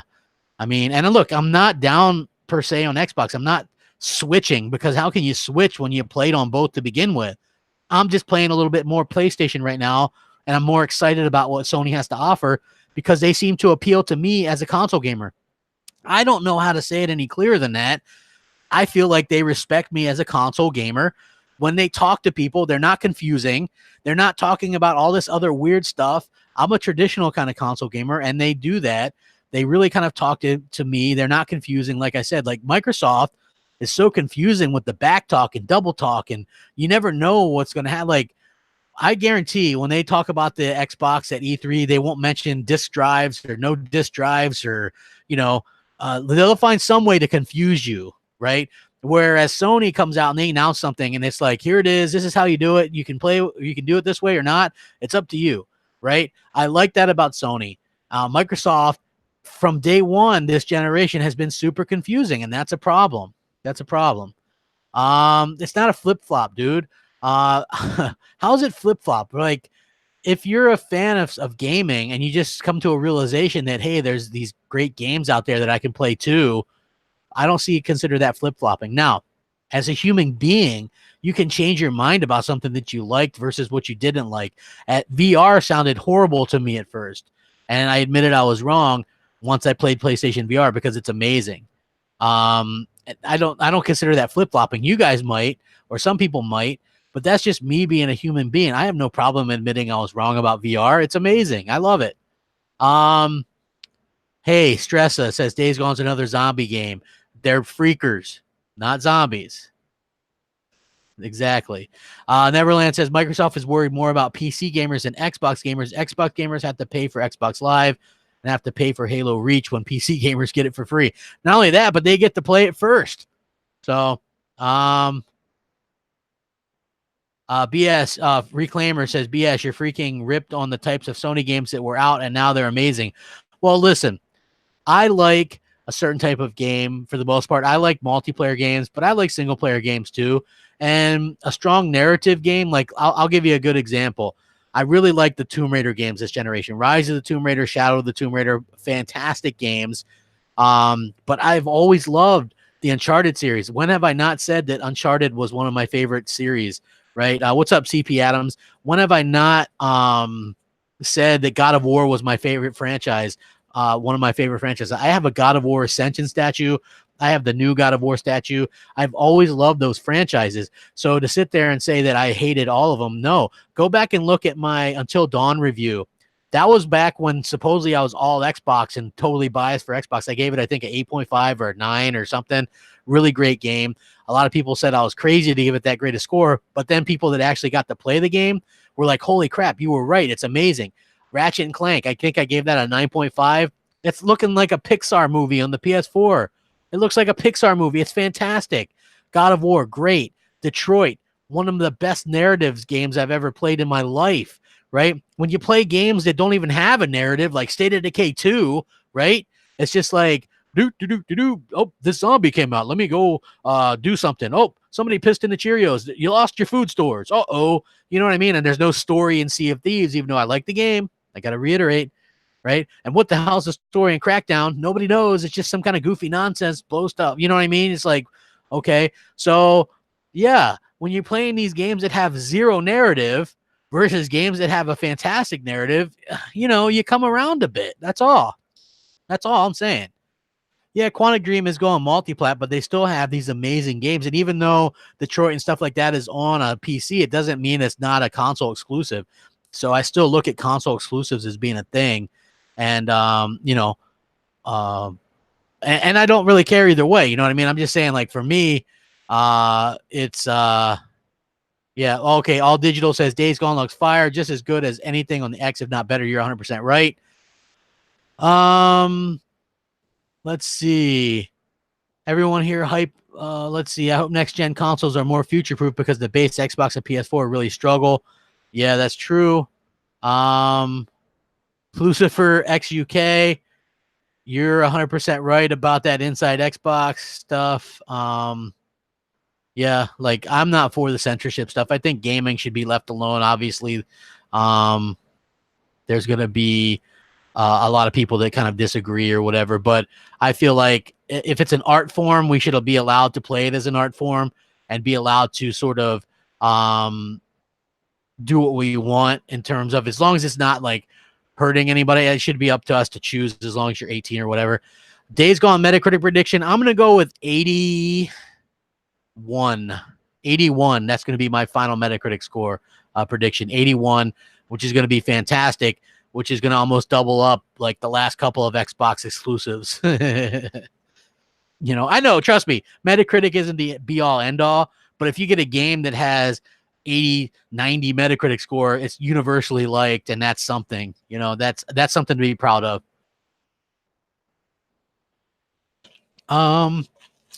Will I still look at console exclusives being a thing when Microsoft releases the first party on all consoles, including PS5? No.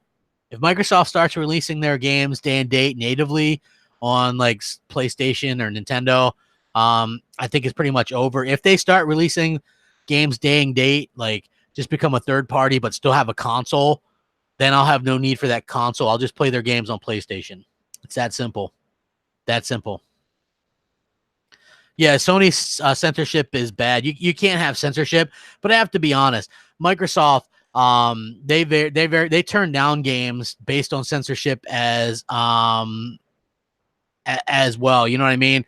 So hopefully in the future we get less and less of that. I feel like just as a world, things get more and more censored. Like I don't know why. Hopefully we never really have to deal with that in the future.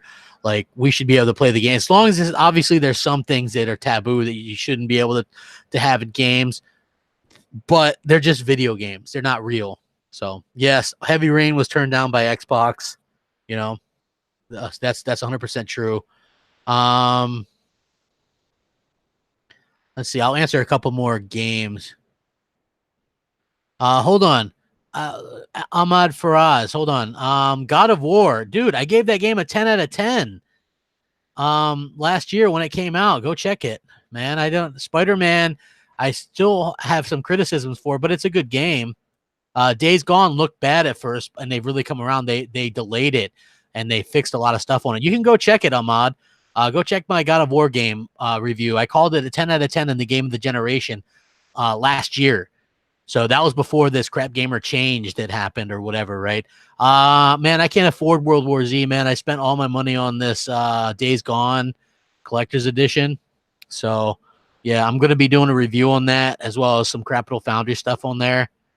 Well, Ahmad, when it was revealed, okay, God of War, when it was revealed, and thanks for being a fan and remembering that long ago, I was skeptical of the changes, right? But when I played the game, I absolutely loved it.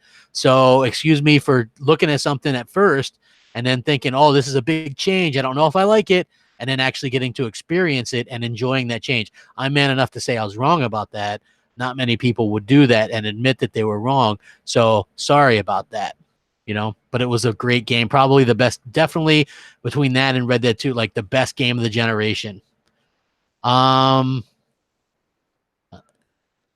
Days Gone, hold on. Dark Time says Days Gone is not on the level of The Last of Us. Probably not. And that could be somewhere where this game gets a little bit lower scores. Simply put, people will compare it to The Last of Us. And I don't think Sony Bend is on that level of Naughty Dog. But I do think that this game is very ambitious and is going to do very well. And it looks really, really good. I'm very excited to play it. So, look, I've still Horizon Zero Dawn. Guess what? I think it's a beautiful game. It's a classy game.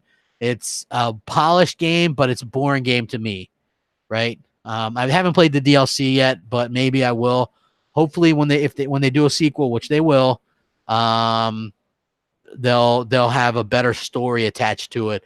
That's a little bit more engrossing for me personally. So,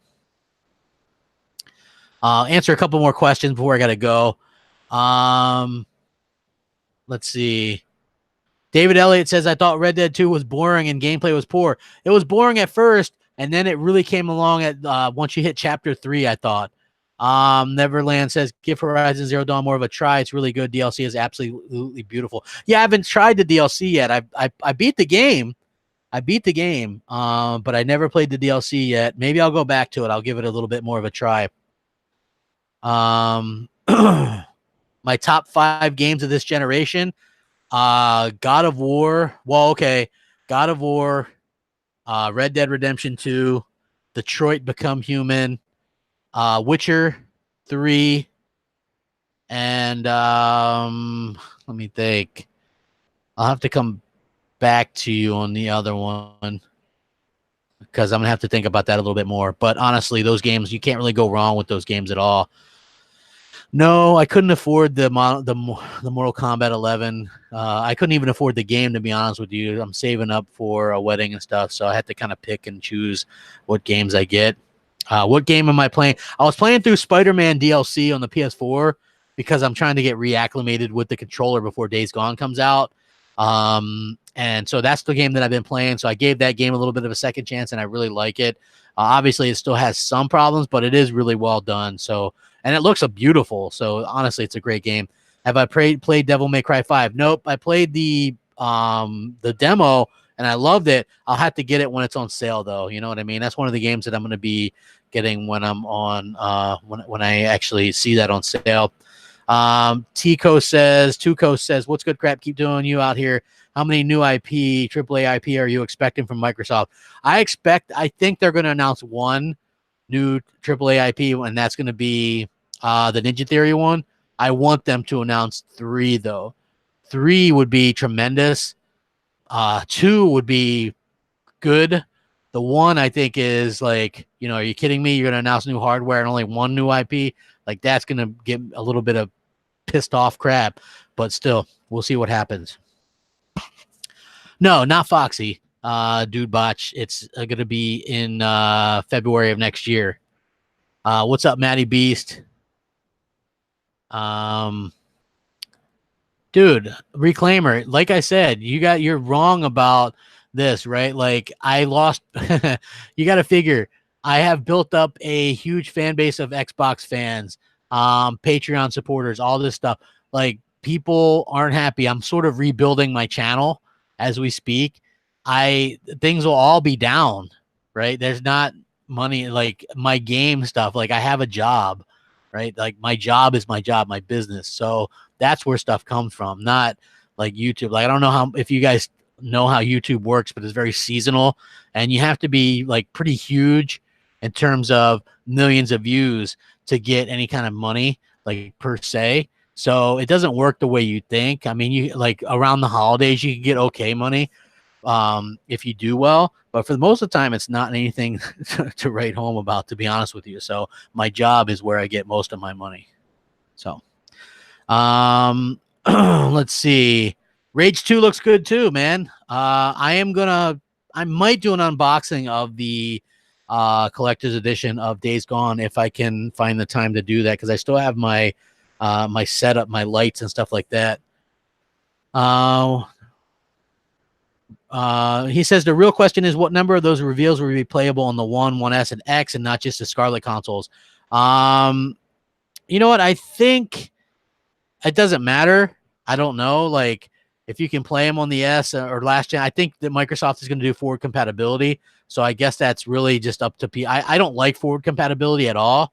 So I hope that that they actually don't do that, but we'll have to see how that kind of works out. Let's see. I'm late to the party, but what do you think of Xbox Anaconda being more powerful than the PS5? I think that's cool. I think that Microsoft is going to have that tagline again, most powerful console in the world, but it comes down to the content. So I think they'll have a good place to play, but I think it'll be a expensive place to play.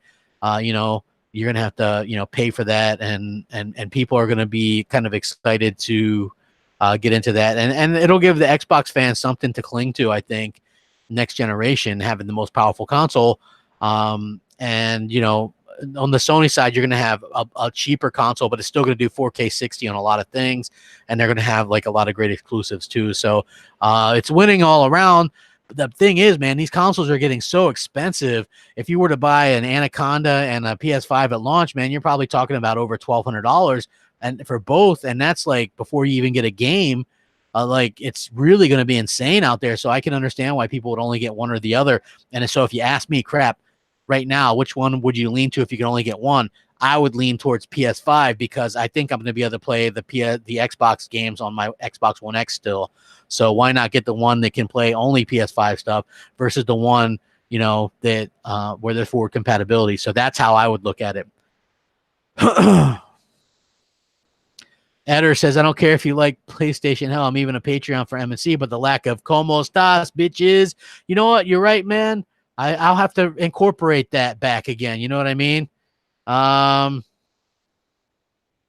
It'd be interested to see how that sort of works out. Reclaimer, dude. I don't know. Like, people bring up this MBG guy. I haven't seen his stuff, man. Maybe I'll check into it. But I would not expect my stuff to shoot to the roof, considering how long I've been sort of pro Xbox, man. It doesn't work the way you think it works, man. Like Boogie and those guys, I'm sure make big coin, and this is their job. It's not my job. My job is my job. So yeah, man, I can appreciate that you're like upset or whatever, but I've answered like almost every question you've thrown my way and been as honest as possible. So, let's see. I'll answer 2 more and then I got to go. He says, I don't even know how to pronounce your name, guys, so I'm not going to try it. But he says, I just don't understand why it bothers some people about what another prefers to play on and how they spend their time. I agree with that, man. Play on what you want. I think it's exciting time to be a gamer. Yeah, man, look, I'll try to message this guy and see what's up, man. Maybe we share some common ground on this stuff. Let's see. Yeah, I mean, Reclaimer's got like, I don't know, he's angry, like I peed in his Cheerios or something. Like, dude, I still play Xbox. I'm sorry that you know, I don't crank out 3 videos a day either, man. It's like 2, sometimes 1. I don't have time to do 3 anymore. PlayStation, I might do a PlayStation video of PlayStation podcast if I can find a couple of PlayStation dudes. It wouldn't be 2 hours, but maybe an hour one a week. I think that would be cool. See who I can get. It'll be fresh, I think, for people who are used to just seeing nothing but Xbox stuff. And I think people would probably enjoy that. Do I find Sony fans forgiving and accepting of you? I think some have. I think for the most part, I've been unblocking so many people lately, and a lot of them have been really cool. And like, some of them, like even in the chat today, Neverland has been one of the people. A lot of people have been really kind of supportive and stuff. Like some Xbox too, man. Like not every Xbox fan is like, oh, screw you, crap.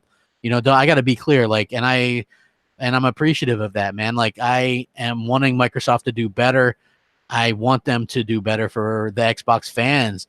And I'm sorry that people look at that as me turning my back on Xbox. It's really just me looking out, not just for me, but hopefully you guys too. Hopefully you guys want new AAA IP, right? You don't want to be sold on new Xboxes without new IP as well, right? Like, I don't get it. So, yeah, eventually people will own all of them, So, yeah, I will look into doing a Xbox or a PlayStation podcast as well. I thank you guys for your time. Please like and share this out. I would appreciate it. Thank you guys so much. Have a great time. We'll catch you next time. Xbox Nation tomorrow night, 8 Eastern. Later.